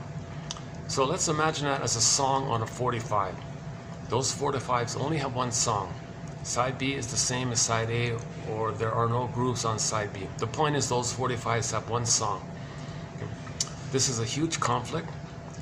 Okay. The baby has a need for mother's love, but the pain is he's not going to know the needs due to the pain, but he has the needs, hence the inner conflict called the wish and the fear. Okay. But he still needs mother's love. He's going to know himself. But he didn't get mother's love, but he's going to cry for mother's love. But the pain says, don't know the need, but he has the need, and he's got to get mother's love needs. He's got to get his needs met by the mother to know himself. But she didn't, but there's no time, and you're still crying. But you see the conflict, right? So there's a huge conflict. Imagine this cry for love conflict grouped in on a 45 disc record. That's called neurosis. Neurosis is the petrification of an inner conflict that's repressed. It's going to make the person neurotic, neurosis, because in all the situations, in every new situation, they're going to take that record and play that record. New situation, they're going to play that record. New job, new place, new venue, they're going to play that record. Okay, everywhere they go, every emotional interaction that's a little important or whatever, could be all the time, every minute or every hour, or every important interaction, hour, whatever. Doesn't matter which way we say it. In every new situation, he's going to play that record again and again and again. Okay? He only has one record. He can't love life in the present and have new experiences and all this. He's just replaying that old record. Neurosis is, okay? So Bergler says, every neurotic is a music enthusiast, but he only has one record. He carries this 45 with him everywhere he goes. Every time he sees a turntable with never-ending fiery ardor, he says, he runs to the turntable and plays that 45. New situation, same 45. New situation, same 45. Same 45. He's doing the same. Okay. He's doing it again and again. That's neurotic. You're not loving life in the present. You're not seeing the present. The present is just a new edition of the past. A new edition of the past. A new edition of the past, right? So in every new situation, he replays that past, recreates it in the present in the form of a symbolic representation of the past, where the present is seen as a new edition of the past, a replay of the past, a reenactment of the past. So in the present, he's going to do what's called, he's going to see the present as a new version of the past. The present is called the presenting past, or you transfer the past to the present and act it out like actors. Or you're going to symbolically interact in the present as a representation or mirror ghost of the past. But your emotionality is the past, because all time is the past. The present is still the past. All time is that past because there's no time in that brain. Yes, cognitively you recognize the present as the present, but we're talking about the emotional area. So in every new situation, you're going to play that record. Okay. So this idea that you're going to play the record means in the present, you're going to stage that scene that's on the record, because in repetition compulsion, and because there's no time, you hope to get mother's love. So you're still looking for mother's love. Post-trauma, we live with the unconscious hope for the fulfillment of old unfulfilled needs. We keep doing it again and again. So in a new situation, okay, he looks at the record. What's the memory on the record? He cried for love. Mother said no. He's going to create it. He's going to set it up in the present. It's going to be symbolic. Okay, he doesn't see people for who they are really. He's not going to care really. They're just screens, so to speak. He's going to cast people into roles, kind of thing. Now, in the stinger mode, when there's trauma prior to 18 months, the memory said he is a baby crying for love, and his mother shamed him. Okay. Now, this is fusion. This is all like one. He's going to play the mother who shamed him. So when he plays the record, he doesn't play himself. It's too painful to play himself. It was so painful, he identified with the aggressor to not play himself. So he's going to find proxies to play himself. He plays the mother, shames the proxy, thinking he's shaming himself. And that's how he plays the record. He doesn't play the record. He plays the record, but he doesn't play himself. He plays the proxy. Remember, proxy is someone who plays a role for you, does something for you, feels for you, has an identity of yours, something like that. So you imagine the person, the scapegoated person, the emotional triangle, the one you pulled in, whoever's in front of you kind of thing. You in your fantasy, that's the power of unconscious fantasies. It's like the engine. We don't even notice. That's what Mr. Freud said. We're driven by these unconscious fantasies. And let's do a sidebar here. The most, usually it's the iceberg, right? But another one that I kind of like, also by Bergler, is to compare the power differential between the unconscious and the conscious. Imagine some luxurious hotel complex with many stories and all this, and the owner, you don't see the owner. You don't even know who he is, maybe, or something. Maybe he's on a billion-dollar yacht in the Virgin Islands or some Caribbean or something. I don't know, whatever he is, or he's in the castle or something, or we don't even know where he is. He could be on the moon for all we know. I don't know. So there's the owner of the hotel, luxury 5-star, 10-5. Okay, he's invisible, but he owns the thing. Okay, so he's invisible, but he owns it. Okay, compare that to the doorman, whom you see, but the doorman's braggadocio. He's a hotshot guy. He thinks he owns it. He's so powerful. He thinks he's so powerful. He thinks he's got a lot of importance like this. Huh? Who has more power, the doorman or the invisible owner? So that's a simile or an analogy.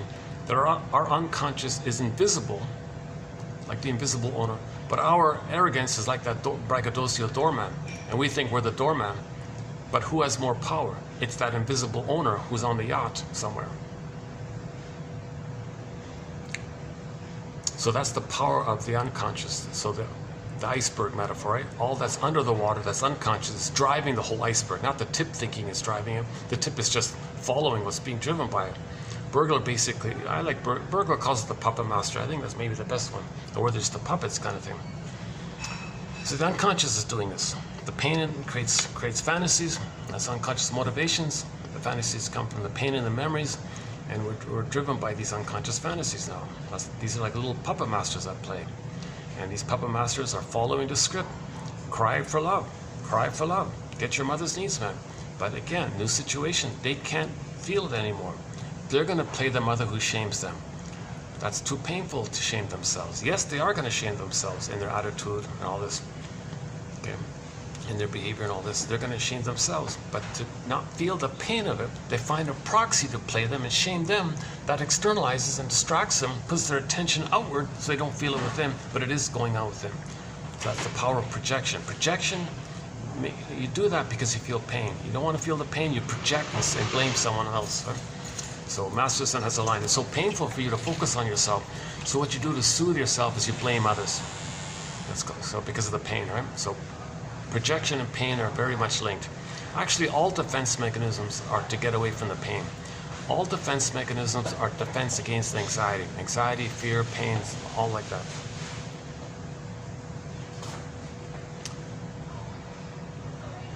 Hold on a second.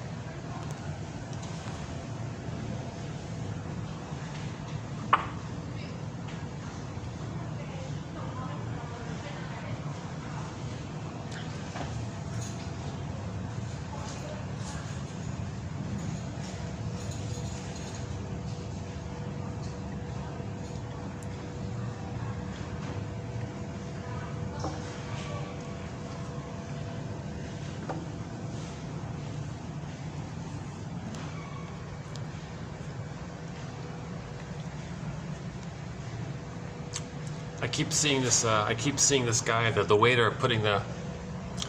I keep seeing the waiter putting the tablecloth on the table. Yeah,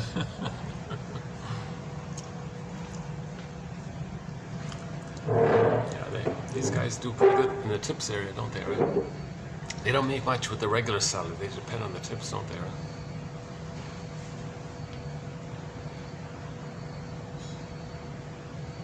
Oh my God, yeah, pretty. Who was it? Some lady said she bought a, just on tips, she bought a, I forgot what it was, like a fancy car or something, just based on tips. In a short time, she could buy a luxurious car or something. I don't know about that. All right, never mind. Still, one guy's there, all right.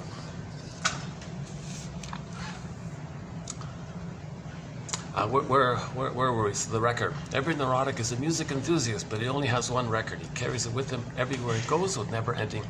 With every time he sees a turntable, phonograph player, phonograph, Victrola, there's Victrolas, phonograph player, record player, with never ending fiery ardor. He runs to him, plugs the thing in, puts the 45 on the turntable, puts the power switch on, picks up the needle, moves it over to the beginning part, gently puts it down. You hear the scratches and the crackles, and he plays that.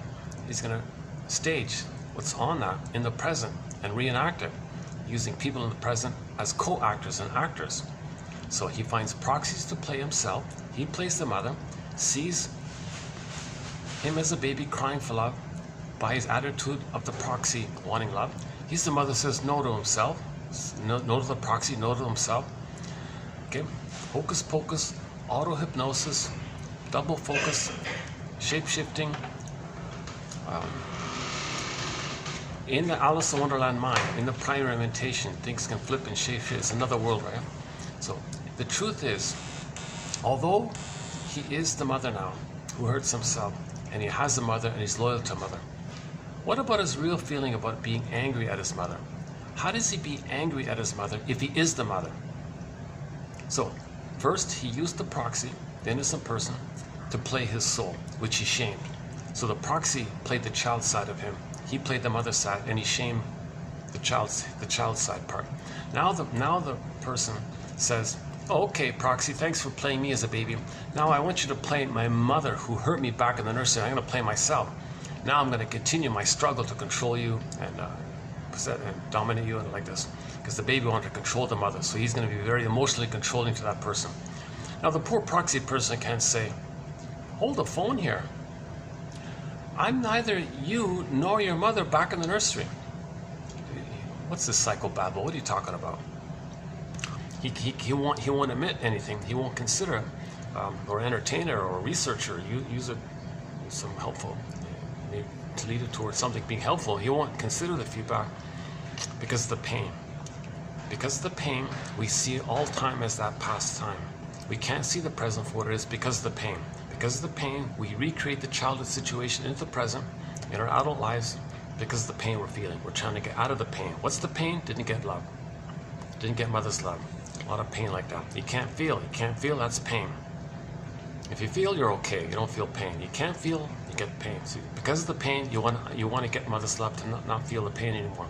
So you got to replay the record. So in new situations, the stingers follow the record, but okay, no, I can't do this. They've already made a deal with the mother. They're going to play the power of the mother. They're going to live forever. Remember, live forever. No time there. When they say live forever, no time.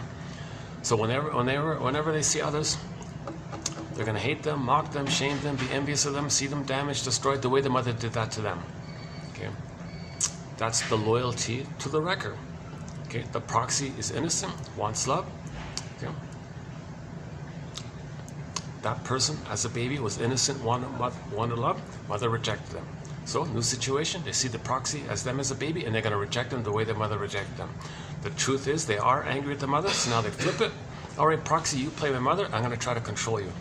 So, they shame an innocent person and then hate them. They hate the ones they just hurt. It's okay, because the flip-flopping and the fusion, that's why they can flip the roles around. Again, in the primary mentation, in this unconscious world, there's no logic in there. The cat says it's mad in there. Alice says up is down, left is right. Okay, everything's true in there. There's symbolization, displacement, flipping and flopping and shape-shifting, and now you see me, now you don't. Hollow mirrors, house of mirrors. Okay, magic, those magic mirrors, warping mirrors. Things are all topsy-turvy and flippy and floppy. There's no any kind of normal logic in there. For example, in Alice in Wonderland, remember she had to fight for the right to have her own thoughts, and she was always guilty. Well, that's code for the baby. Okay, when the baby wanted to have his own identity, and the mother wanted to use the baby to comfort her, what one version is what some mothers might do or can do or do. They say to the baby, "Oh, baby, you're gonna have your own thoughts. You want to be yourself, really?" Now the mother doesn't want to be alone, so to brainwash the baby, she threatens to leave the baby. "Oh, you're gonna be your own autonomous thoughts. Are you gonna with me or against me? Oh, you're gonna have your own autonomous thoughts. You're gonna be yourself. Well, I'm gonna abandon you. I'm gonna reject you." "No, mother. Okay, fine. I'll go along. I'll give up my soul because you need me to mother you. So I'll please you and try to save you. A very good baby." Then the mother rewards the baby for this. She rewards this symbiotic regression and punishes the child's initiative. That's the mother's desperation to get a mother. See, the mother transfers her unfinished need to get a mother onto the baby. So she wants the baby to be the good mother breast for her. That's an old cunning tale. When the mother used the baby because that mother as a baby didn't get mother's love, so she transfers the need for mother's love onto the baby and brainwashes the baby to be there for her, respond to her, respect her, see there, be stable for her.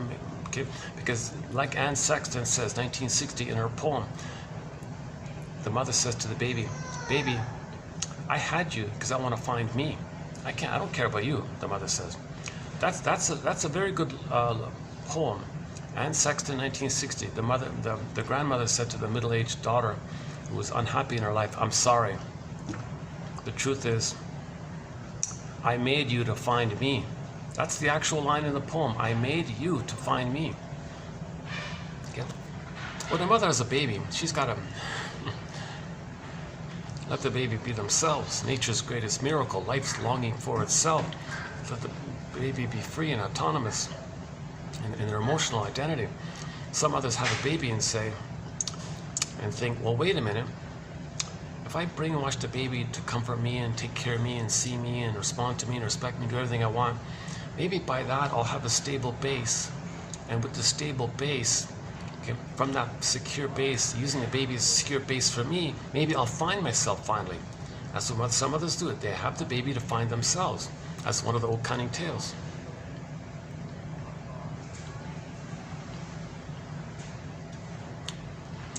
Okay, now this trauma prior to 18 months, okay, you got identification with the aggressor, okay, the flip-flopping thing, okay, they shame their soul and then see the soul played by others as the mother and then hate them.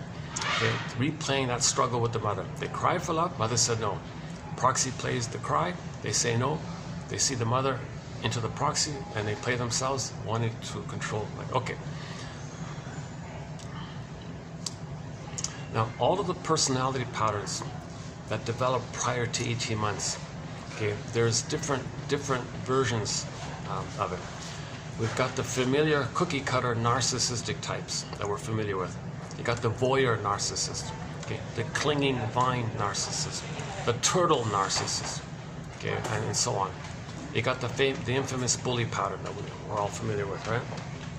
They're way more aggressive and demanding, and obviously.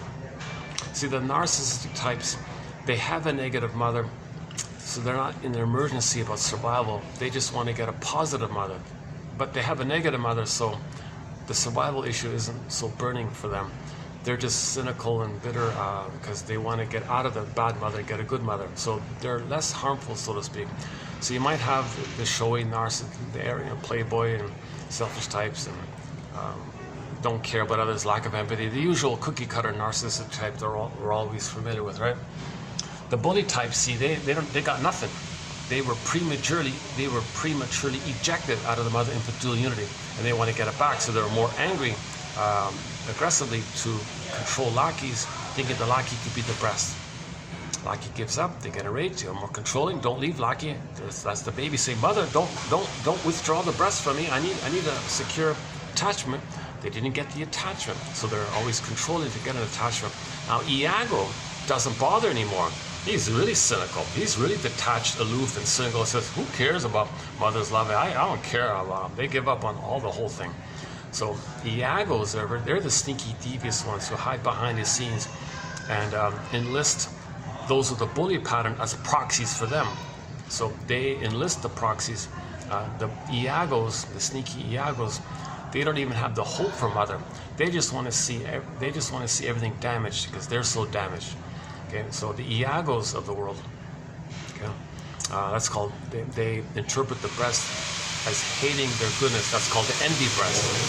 So if it's so severe like that, if the abuse was very cynical towards the baby, and they identify with the cynic mother, the envy breast, to have a mother, they gotta hate goodness because mother hated them. Now the Iago version is, they see that the bully is damaging. The person with the bully pattern is damaging. Right? But the person with the bully pattern has some kind of disturbed, perverted hope anyways. Iago says, I don't care about that. Those with the bully pattern do damaging, and that's what they want. They want to see goodness damaged. So the Iago sits behind the scenes, spread rumors through various channels, hides like that, and on their yacht or whatever.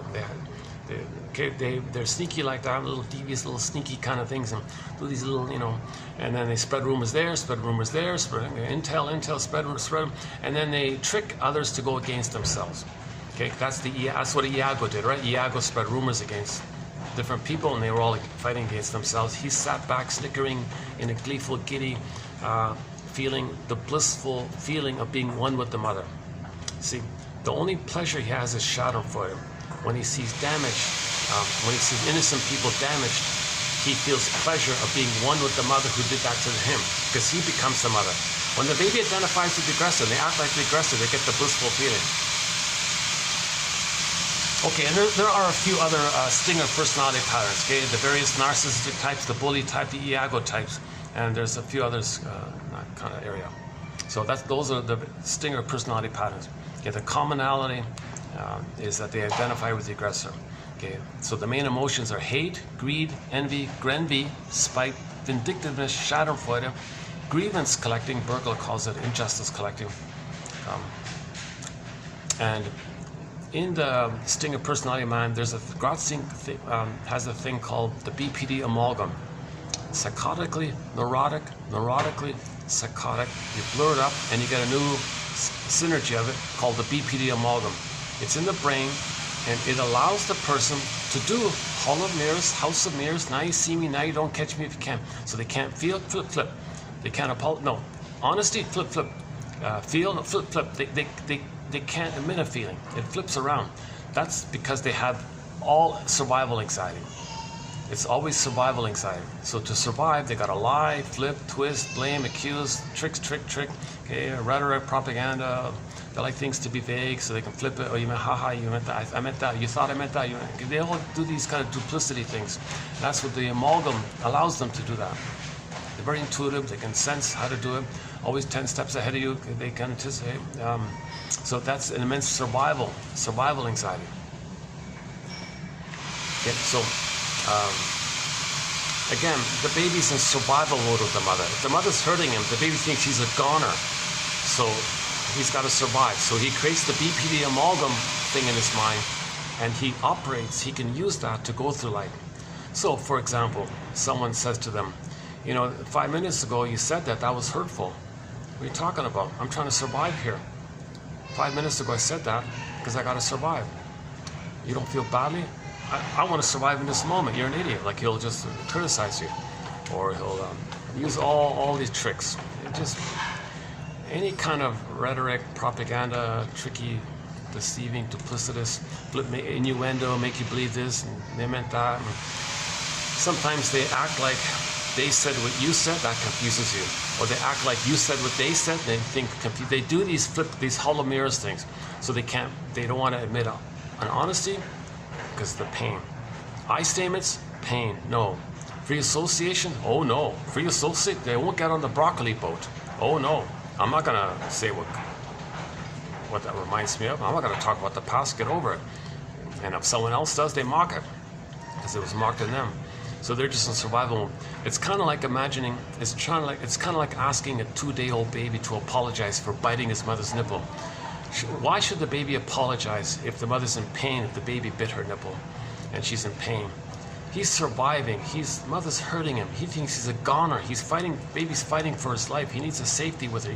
He thinks a monster's trying to eat him. So he's biting. Why should the baby feel apology to his mother like that? So they're kind of operating out of that logic, that perverse logic that the baby had like that.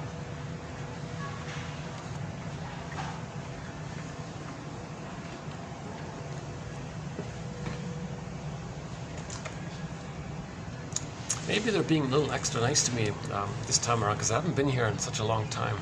So, and I was trying to come here regularly. I was going to make this like a regular place that I just struggled so much the last time around.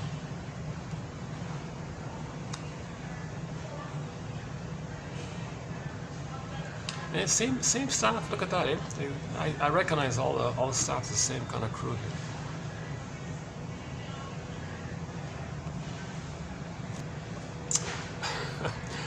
We keep looking at this guy here. Yeah, look at this guy. He wants to do a good job setting the tablecloth on the table.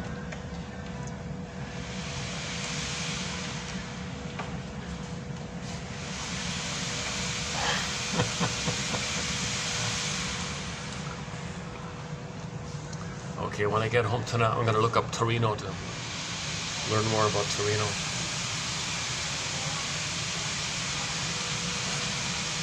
Oh yeah, the Olympics is going to be in Los Angeles. Sorry. No, I saw the Eiffel. The reason I said Olympics because I just saw the Eiffel. Where's the Eiffel Tower somewhere? Oh, there it is. Yeah, the Eiffel Tower. Right? Olympics is going to start in a few days, right?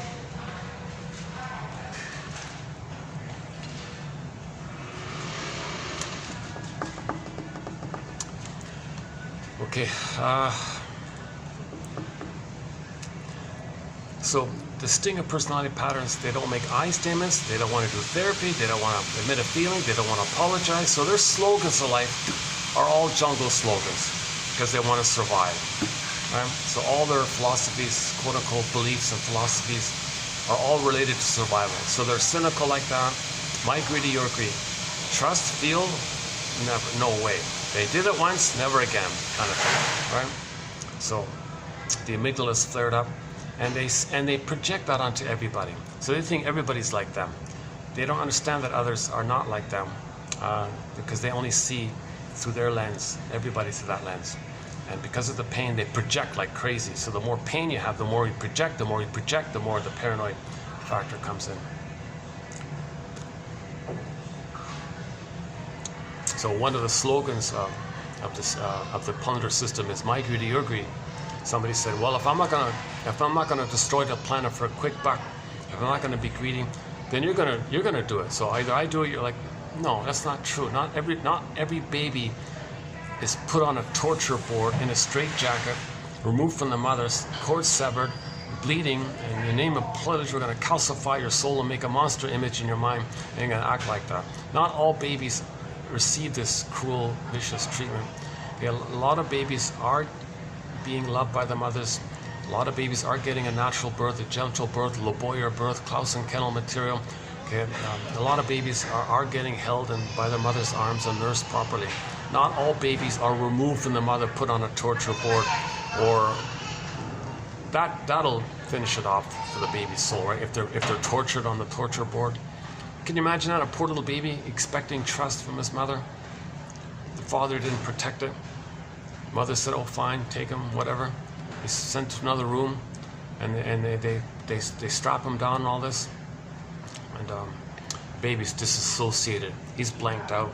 He can't go anywhere. And the people doing it say to him, "In the name of pillage and plunder, you're going to be a soldier of the pillage and plunder. In the name of plunder, we're going to really do this incredibly unrepairable pain on you," or probably unrepairable. Nobody knows how to repair that.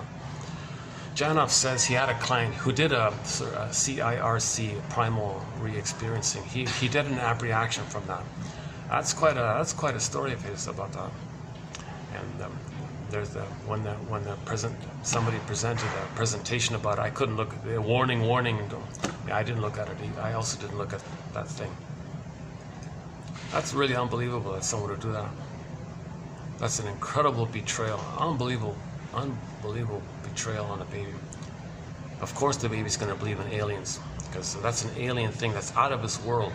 That's out of this world. So people who talk about aliens, that's code for that kind of severe trauma. It's alien for the baby to be, it's out of his world or expectations that his mother would betray him like that, hand him over to other people who experienced the same kind of betrayal and passed on the betrayal. So the sacred masculine is that the father in the delivery room says, "Oh no, you don't. No, hand me the baby. I'm going to gently place him on his mother's bosom and let them figure out the connection and get the attachment going." And the guy says, "No, but in the name of the pillage and plunder, we have to traumatize your baby." "No, I don't care about that. I love my baby. I want to protect him." That's a sacred masculine, to protect the baby from this traumatic torture.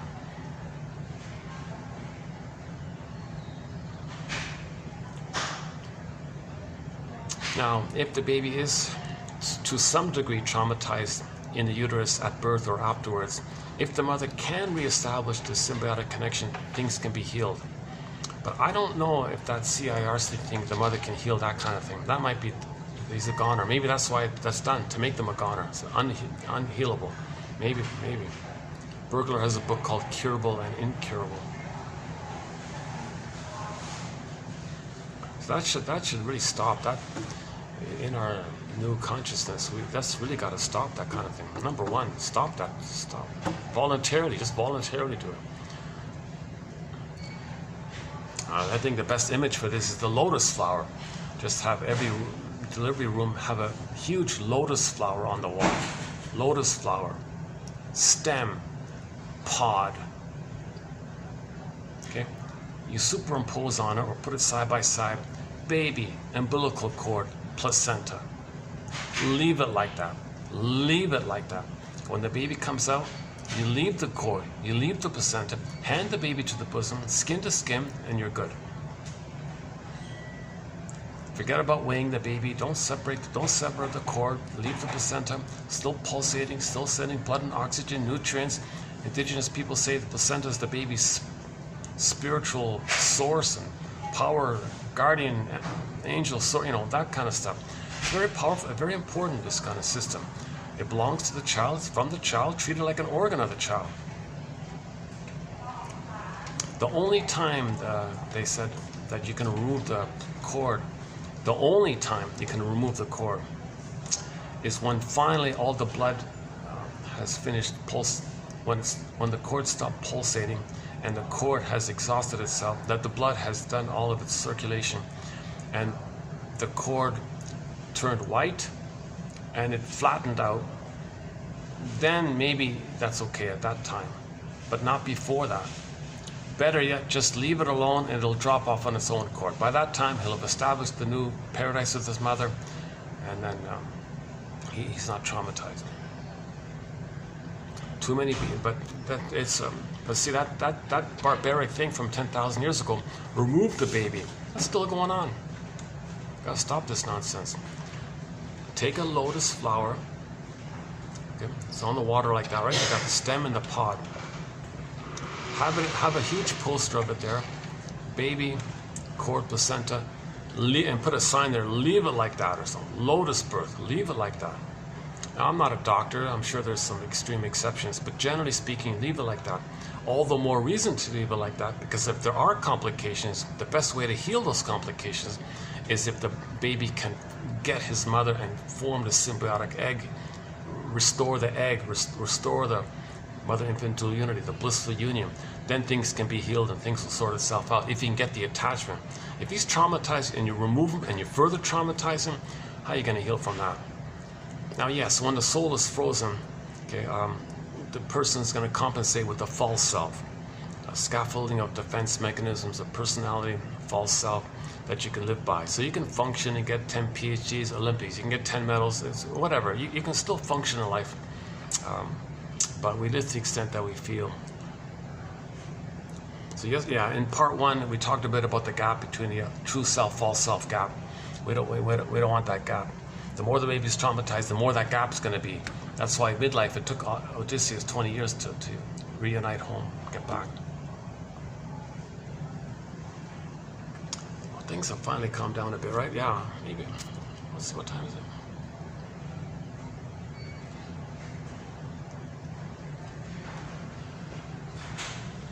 Yeah, I got a little earlier. Okay, I think I know what it did. See, now it's only 3:08, right? 3:09. It's 2. So I got here just like at 12:30. Okay, I see what happened. I got here too early.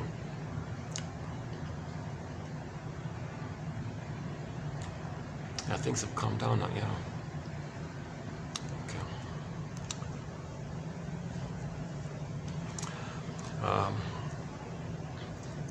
And the humor, the stinger personality patterns, their humor, it's shadow-footed humor. Dark humor, bitter banter, bitter wit.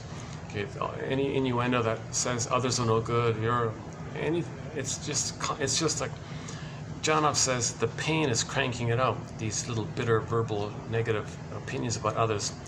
So the negative things you're saying about others, that's because you don't want to feel that. Like what you believe about others, that's how you feel, and you don't want to feel that, so you say others are that. That's called projection. Okay? A major defense mechanism called projection.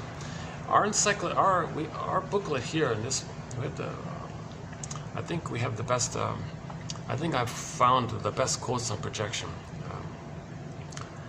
The mirror and the means of bringing repressed material to consciousness and so on. Getting away from the pain. So we've got hundreds of quotes on projection. If you want a good place to start, I would say, yeah, read the projection quotes. Actually, ironically, no, read repetition compulsion. First, get that one down. First, read repetition. It starts with Paul Libby Russell, 2119. Start with that one. I think that's a good starting point. Repetition compulsion.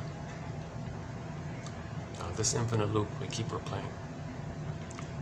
Every new situation, we just replay that interaction with others and see the present as just a replay of the past. Now, the positive intention of repetition compulsion is to know what happened in the past. We recreate in the present what happened in the past so that we can know what happened in the past. We're meant to make the inference, i.e. the story, then we stop repeating. Okay, Freud, Mr. Freud's famous essay, Memory, Repeating and Working Through. Okay, we repeat because we don't remember. When you remember story, reaction, feeling, you stop repeating, then you're good. So we got to remember. We got too much amnesia. We got way too much childhood amnesia. That's why we're repeating. All that amnesia means too much pain, and we're afraid to know. So you feel safe with somebody, you free associate, then you can stop repeating.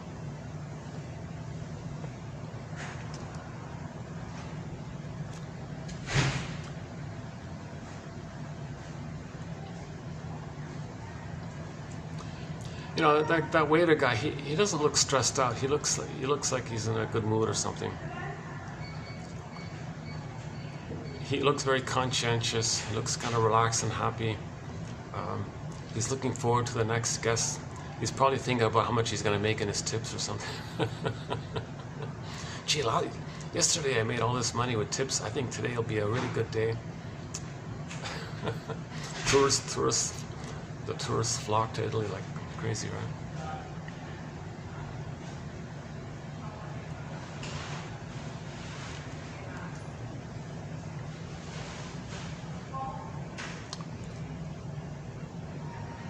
Oh my goodness, there's a slogan here. If you're sad, look at that, eh? Yeah, see, that I won't read it to you. It's kind of cynical, but the gist of it is that as defense against feeling sad, people will be angry. That quote says there that anger is a cloak for your sadness, is a mask for your sadness. And that the thing says, be angry, then you won't feel sad. No, your anger is there because you can't feel sad. If you can feel sad, your joy comes back. If you can't feel sad, then you go back to the survival brain because you're in survival mode because you lost your identity. And when you have an identity, you can feel sad, then joy can come back. You can't get joy without sadness being there first. All of the joy for which you pray is closer than you think. It's 100 tears away, name of the song by Yvonne de Shepherd.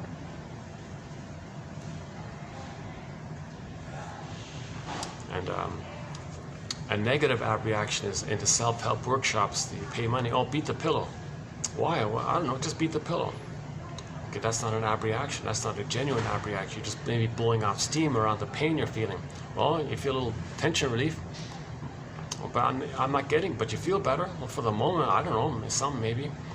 You're too tense. They're not making you aware that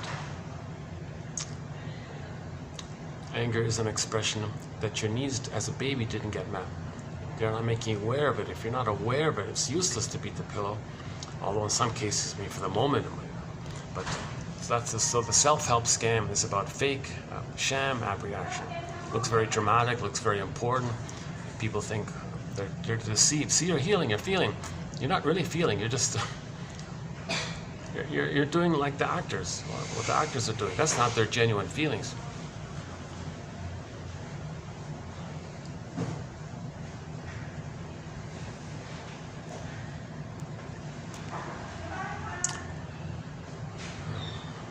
I'm tempted to go to the other place for some reason. To get better light, just so I can go for a walk. I could go back to the Swan. I could go to the Swan place, right? Well, by the time I get there, I'd be drenched and sweaty. I just cooled off finally, right? So give me a second. Speaking of sweat, let me just.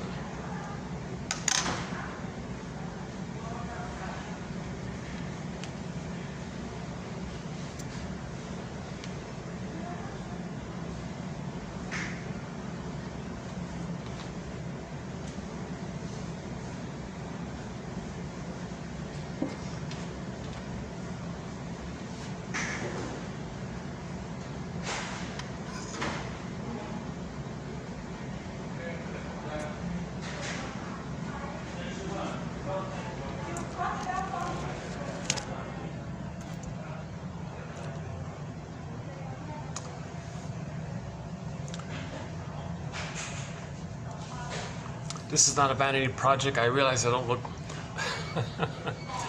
I realize I'm not a handsome presenter. I never went to speaking school or broadcasting school or acting school. I pity. I wish I had done some of that stuff.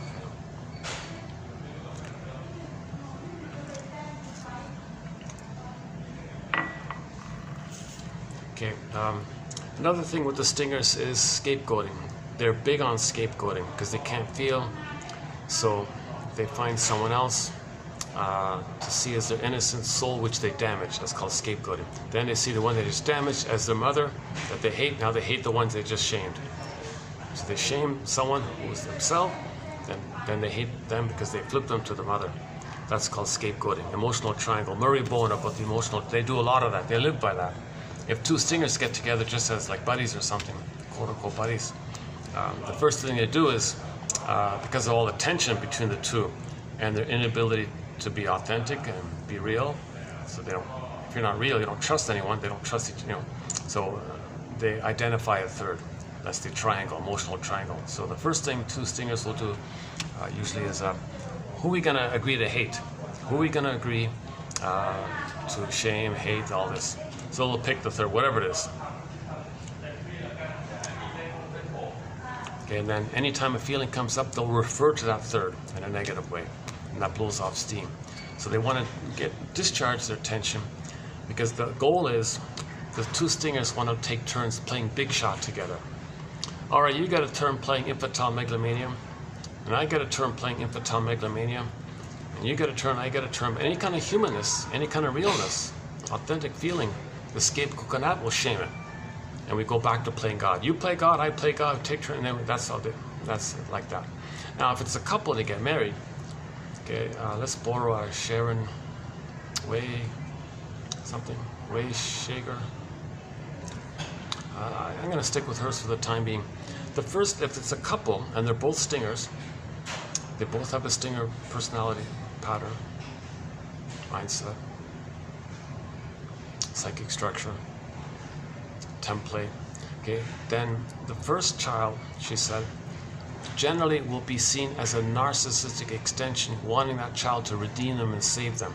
So they'll get support, they'll get the good schools, the good tutors or whatever they need, right? So the first one will have all the pressure, and that first one will try to save their parents. So he'll have a heavy burden to be perfect and successful, to save the parents.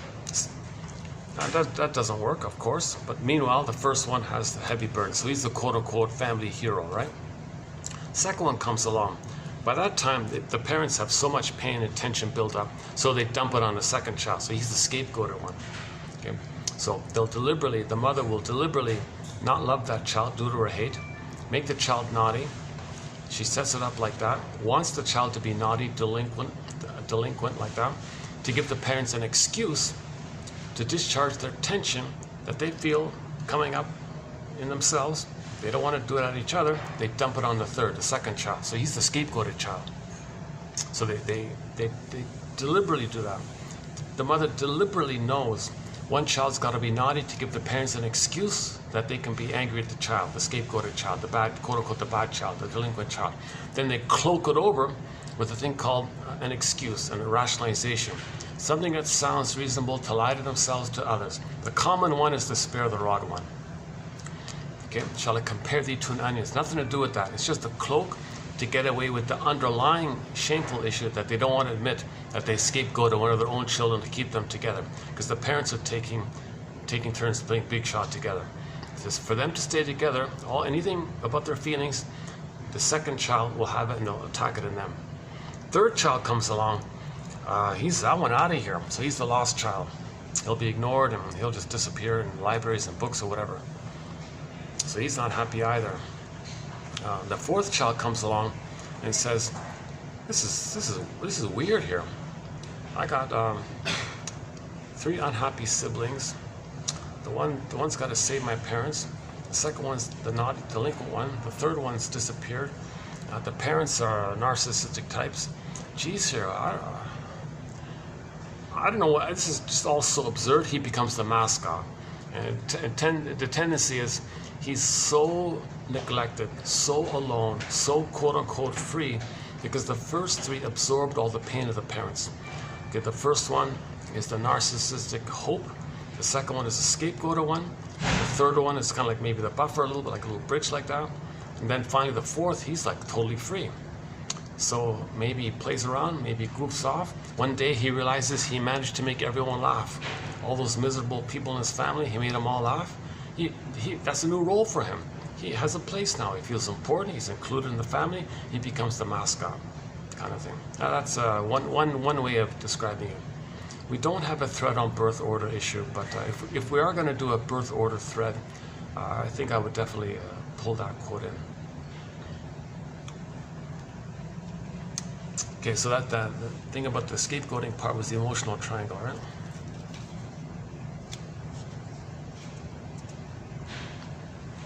Of course, prejudice is going to come from there, right? If the couple's married, they don't have kids, they'll just agree to hate somebody or something or whatever. So prejudice is confession. Prejudice, your hate about others. Okay, that's code that you feel that within yourself. And you don't want to feel the pain of it, so to get away from the pain of it, to soothe yourself, quote unquote, you say others are that, this and that. Remember, stingers don't want to touch a real feeling. They don't want to apologize or regret, have empathy or care or trust. None of that's there. They just want to play self-sufficient, infantile God in their minds, solipsistic dream world in their minds that they're little gods. And they were objectified and thingified and used and exploited. Their mother short-sold them. Their mother was a robber baron. Their mother gave them emotional poverty. So they think like that towards others. And them doing it keeps them in a blissful, schadenfreude, addictive, gleeful state because they're one with the mother. So they're both married to mom, and they're not loving their partner. The partner is just a utilitarian setup to engage, to function. Now, if the stinger marries a clinger, oh no, he's back there. Oh yeah, I shouldn't be here. There's a guy, one of the staff keeps working in that room there. Surely he's hearing me, right? Surely you jest. Well, that's what Maynard Krebs said, right? Maynard Krebs, surely you jest. Is that right? Oh yeah, with the many loves of Dobie Gillis. Oh yeah, that Maynard Krebs guy, he had a strange habit of collecting petrified frogs, as if to say, hey everybody, help, I feel like this. He had Arrested Development. He was very childlike, just wanted to play with his bongos, didn't want to grow up, be an adult, all this. So it's as if he said, I feel emotionally numb, like the petrified frog. He would show the frog up, as if to say, help, I feel like this.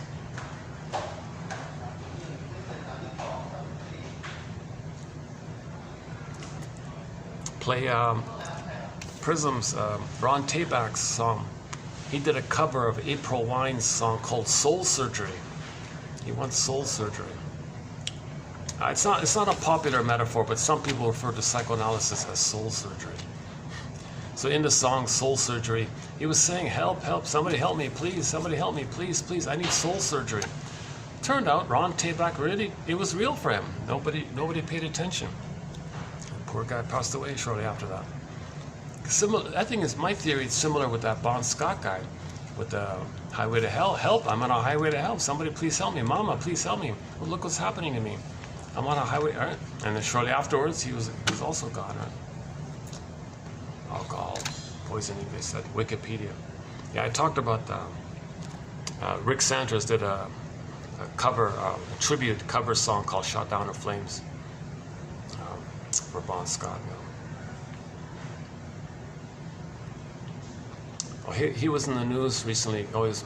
Because his birthday was a week ago or something, right?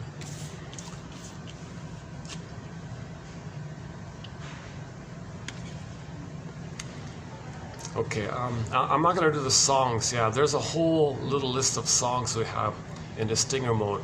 It's kind of painful to run through that list. So if you know any song that's perverse and disturbing and sick, and it's the stinger mode. Okay, a lot of the disturbances, the hurtful stuff, the violent stuff, that's in the stinger mode. and attitudes that songs about Schadenfreude are in there, songs about not wanting to grow up are in there.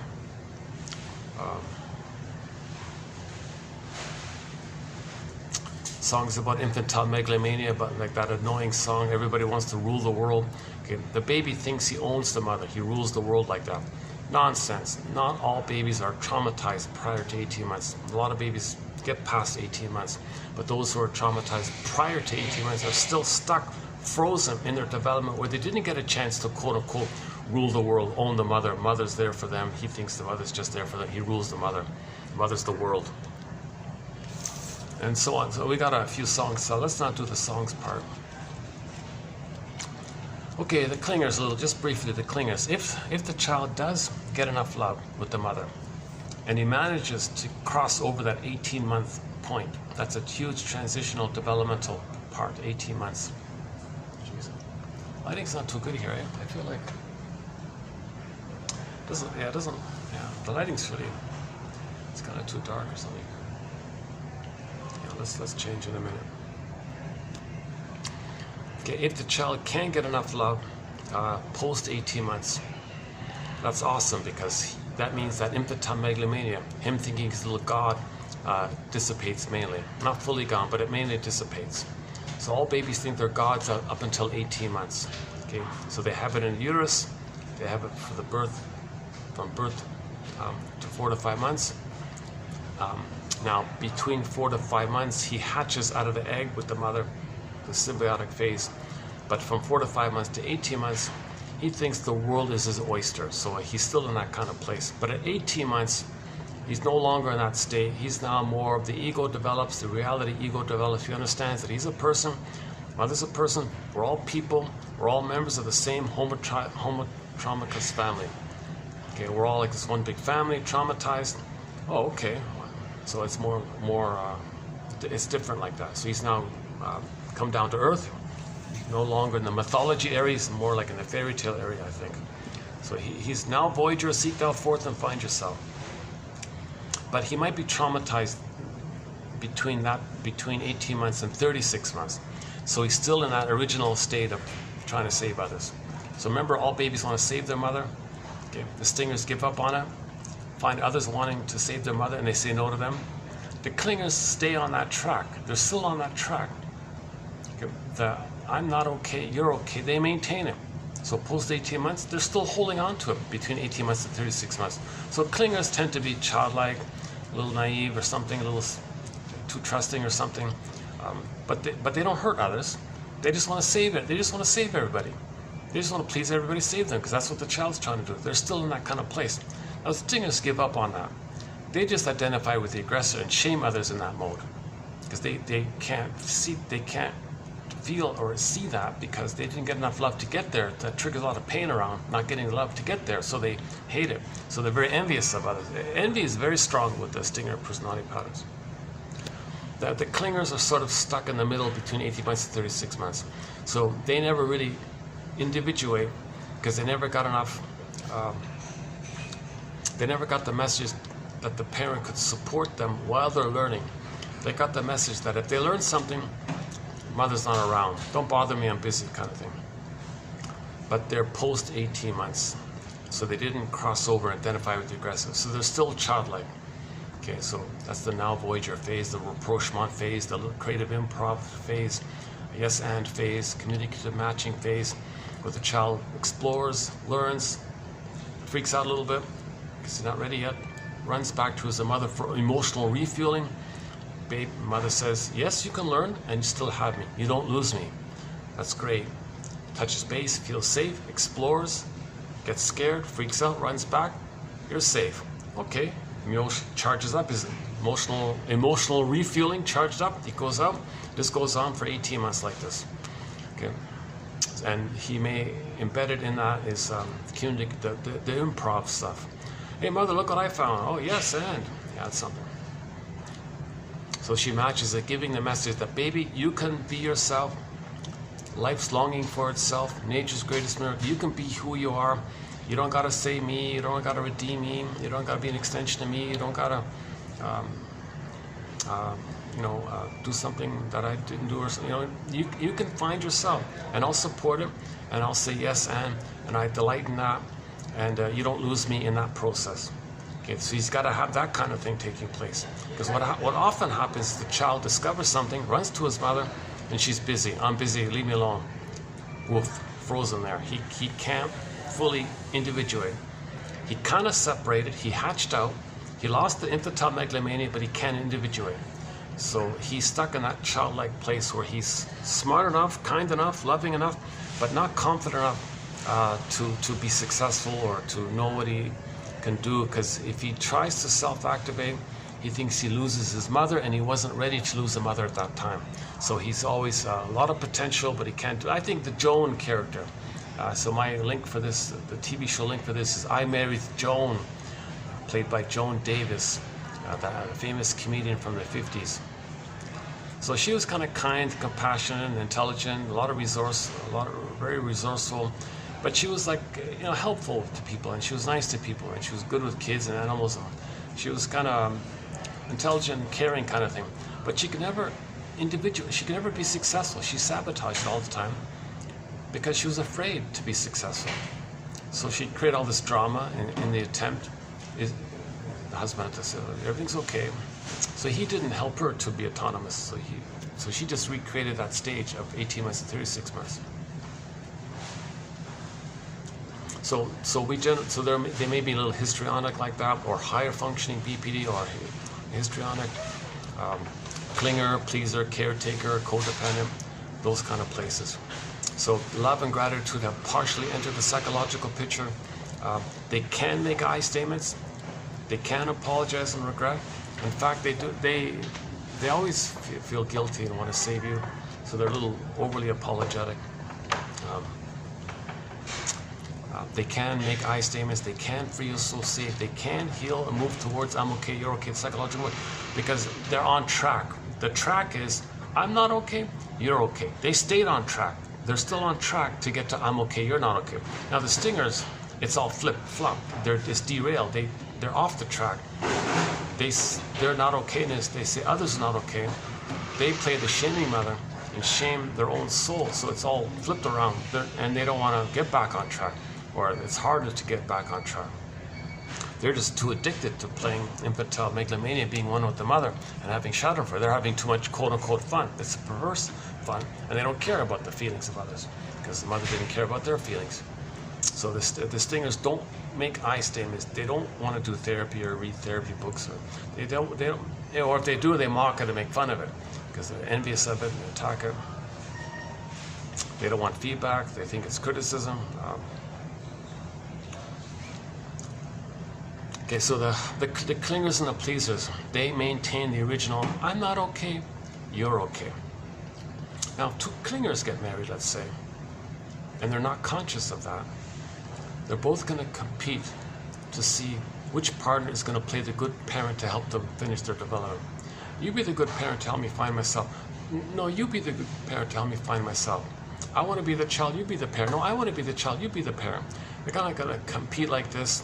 If they're not conscious, it's a pity because it'll rust out, sour milk, won't work like that. But if they're conscious and they know their situation, they can make I statements together. They can grow together and develop together because the intimacy all the time. They can make I statements, okay, free associate I statements. They can grow together, and they can both achieve psychological birth together. And it's like so marriage becomes a healing path, psychological path, a growing path. The two clingers can go forward because they're conscious of their situation and they want to go forward. Now stingers don't care about that stuff. They don't want that stuff. So it's not going to work with them. Stingers don't want to bother getting back on track. They're just too addicted with the derailment of a living forever playing mother. Okay, a huge mother complex like that. So stingers don't bother with that area. They just scapegoat their child, shame others, and be addicted to that. So they're cynical and sarcastic, and their humor is darker. The clingers and the pleasers, their humor is more helpful.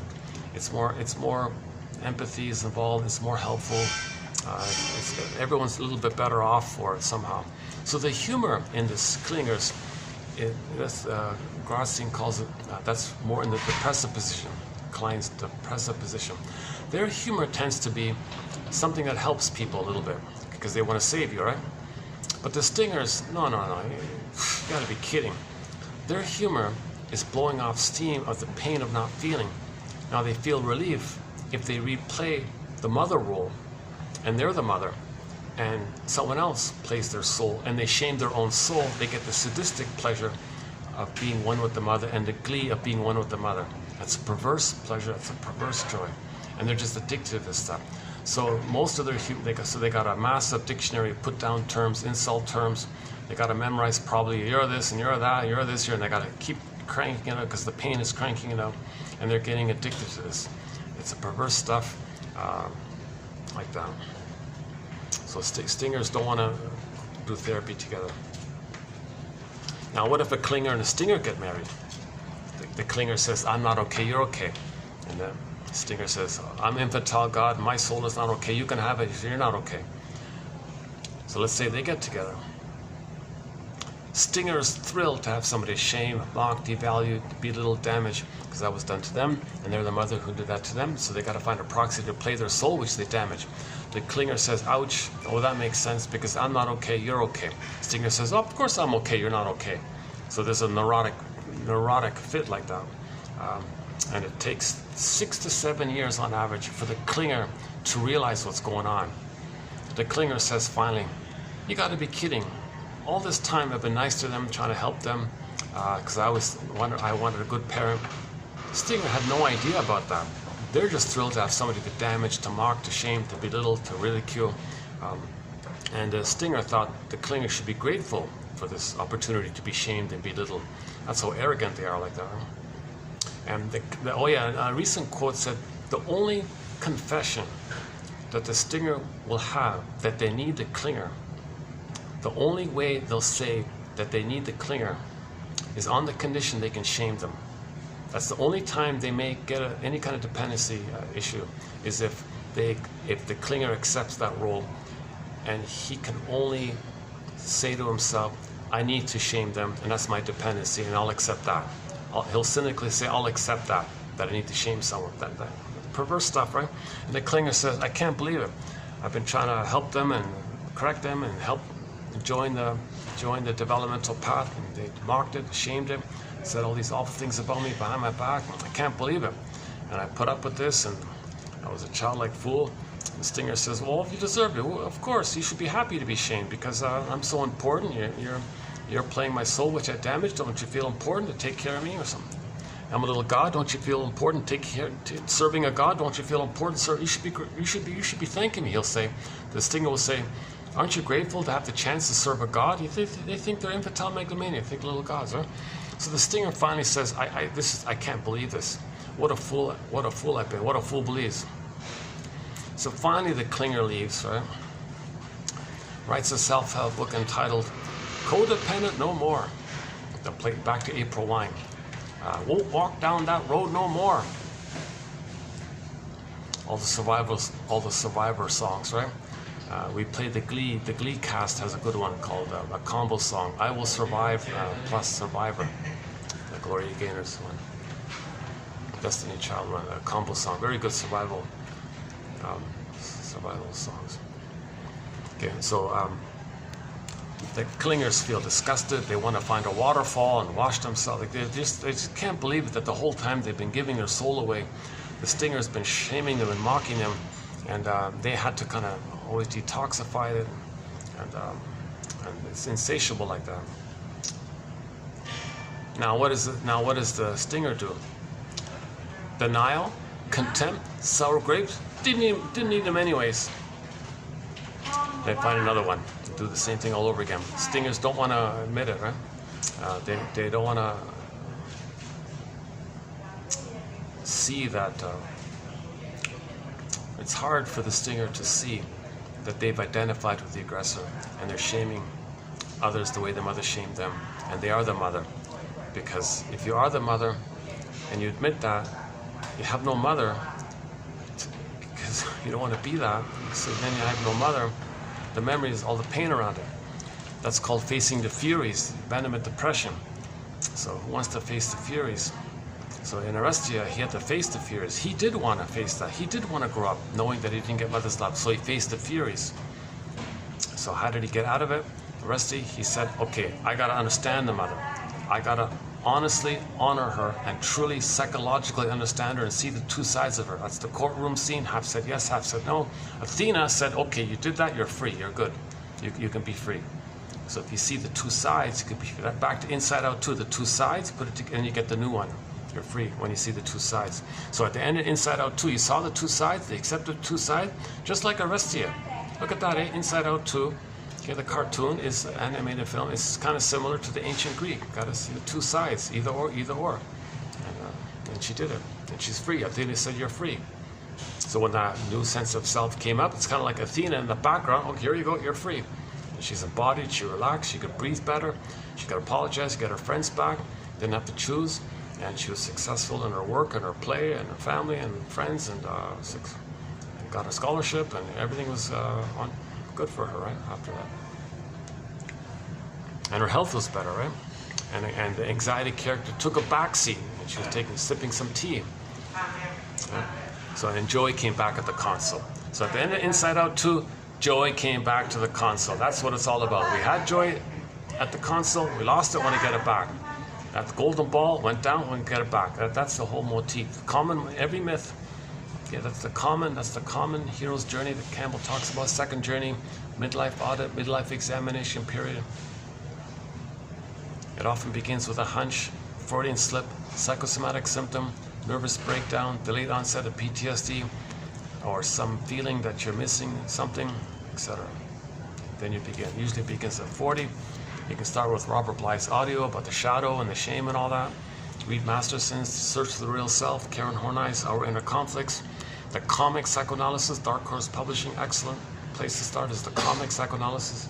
I would say get this collection as well for a minimal admin fee for the price of half a cup of coffee. For the price of, oh my God, for the price of a spoon of ice cream.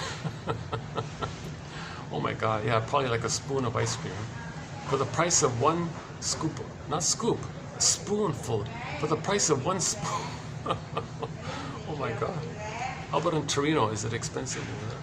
Oh, I'm sure the ice cream. Oh, I'm sure the ice cream, the gelato must be great over there, right? Oh my God, yeah, I'm sure the ice cream is affordable in Italy, right?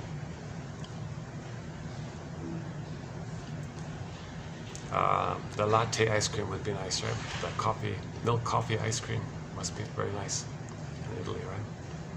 Milk coffee latte, right?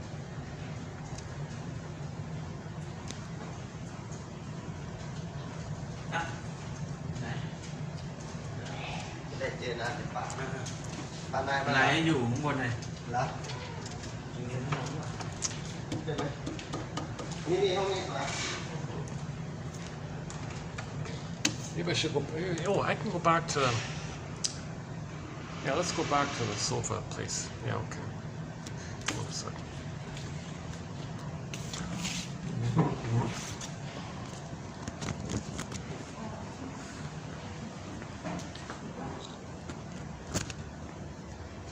How about here? Is the lighting okay here? How's this spot? Because I got a couple of guys over there. Yeah. I don't want to get them in. Okay, let's do this then.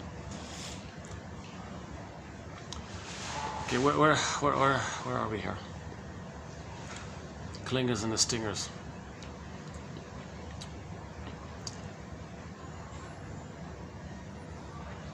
See, another common thing with the stingers is they don't mourn, right? Because the being is frozen. So they often become curmudgeons late in life. Bitter, stingy, grumpy, grouchy, Grinches, Scrooges, curmudgeons. Why? Because every time there is a loss, although they say didn't need it anyways, there's a pain around it.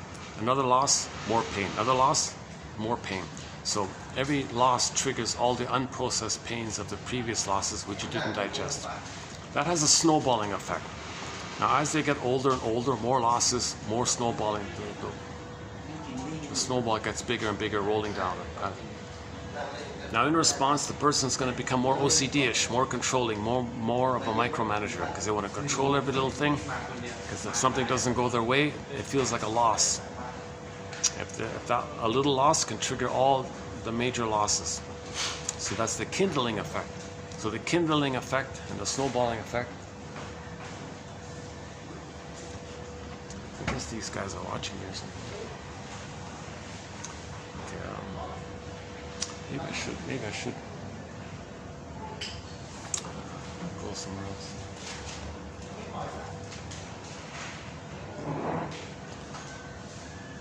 I was going to sit on that table.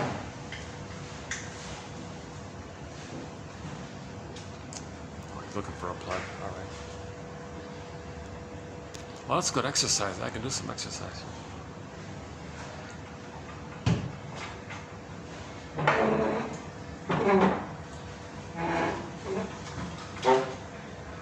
Oh, he's sitting on my table. Let me get my bag then. Hold on a second.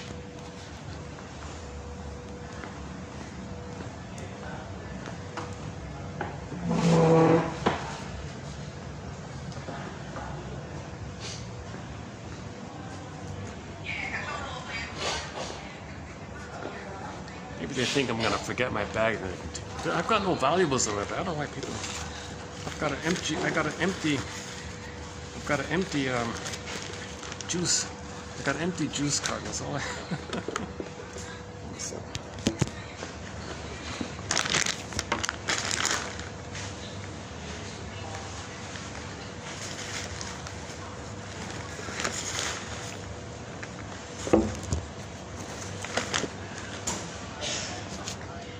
Okay, let's go to another place, and I'll get into today's quotes. It's still early enough, right? 3:47. Yeah, let's cross the street and find another venue.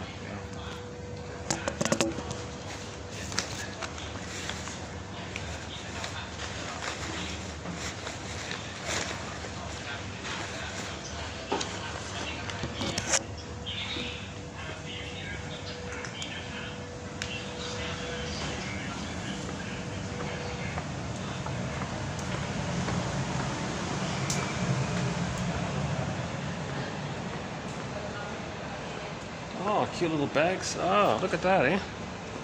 That's a cute little bag.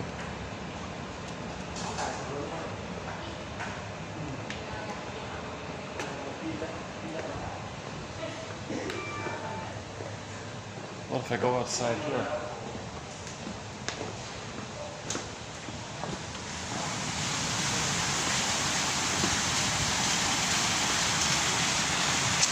Oh, it's big. Yeah, it's hot. It's hot out here. Okay, let's go to the other place. So, fast forward this video 10 minutes, maybe 15, and we'll get to the other place.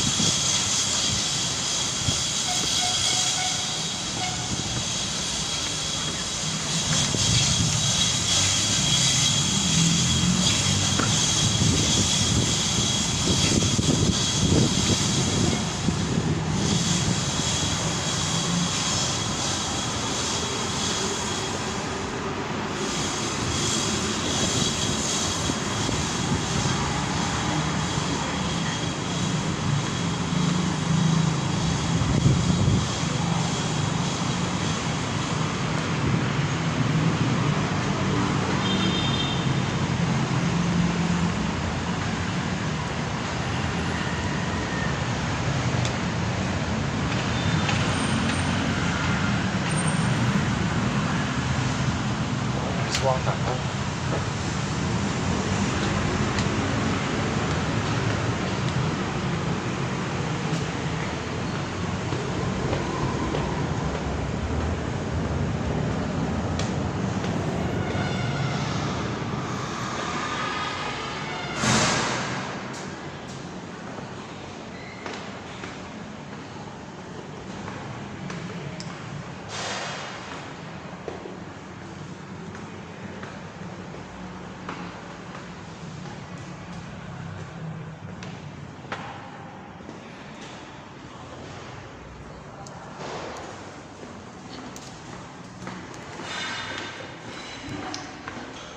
This is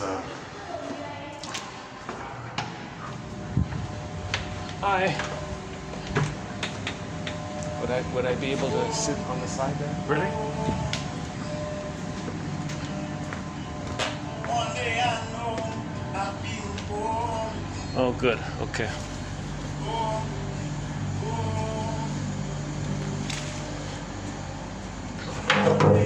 Oops.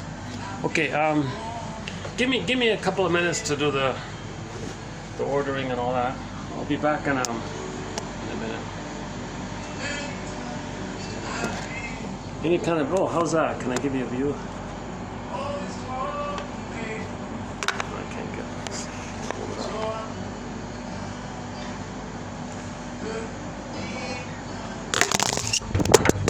Oh. Oh, sorry.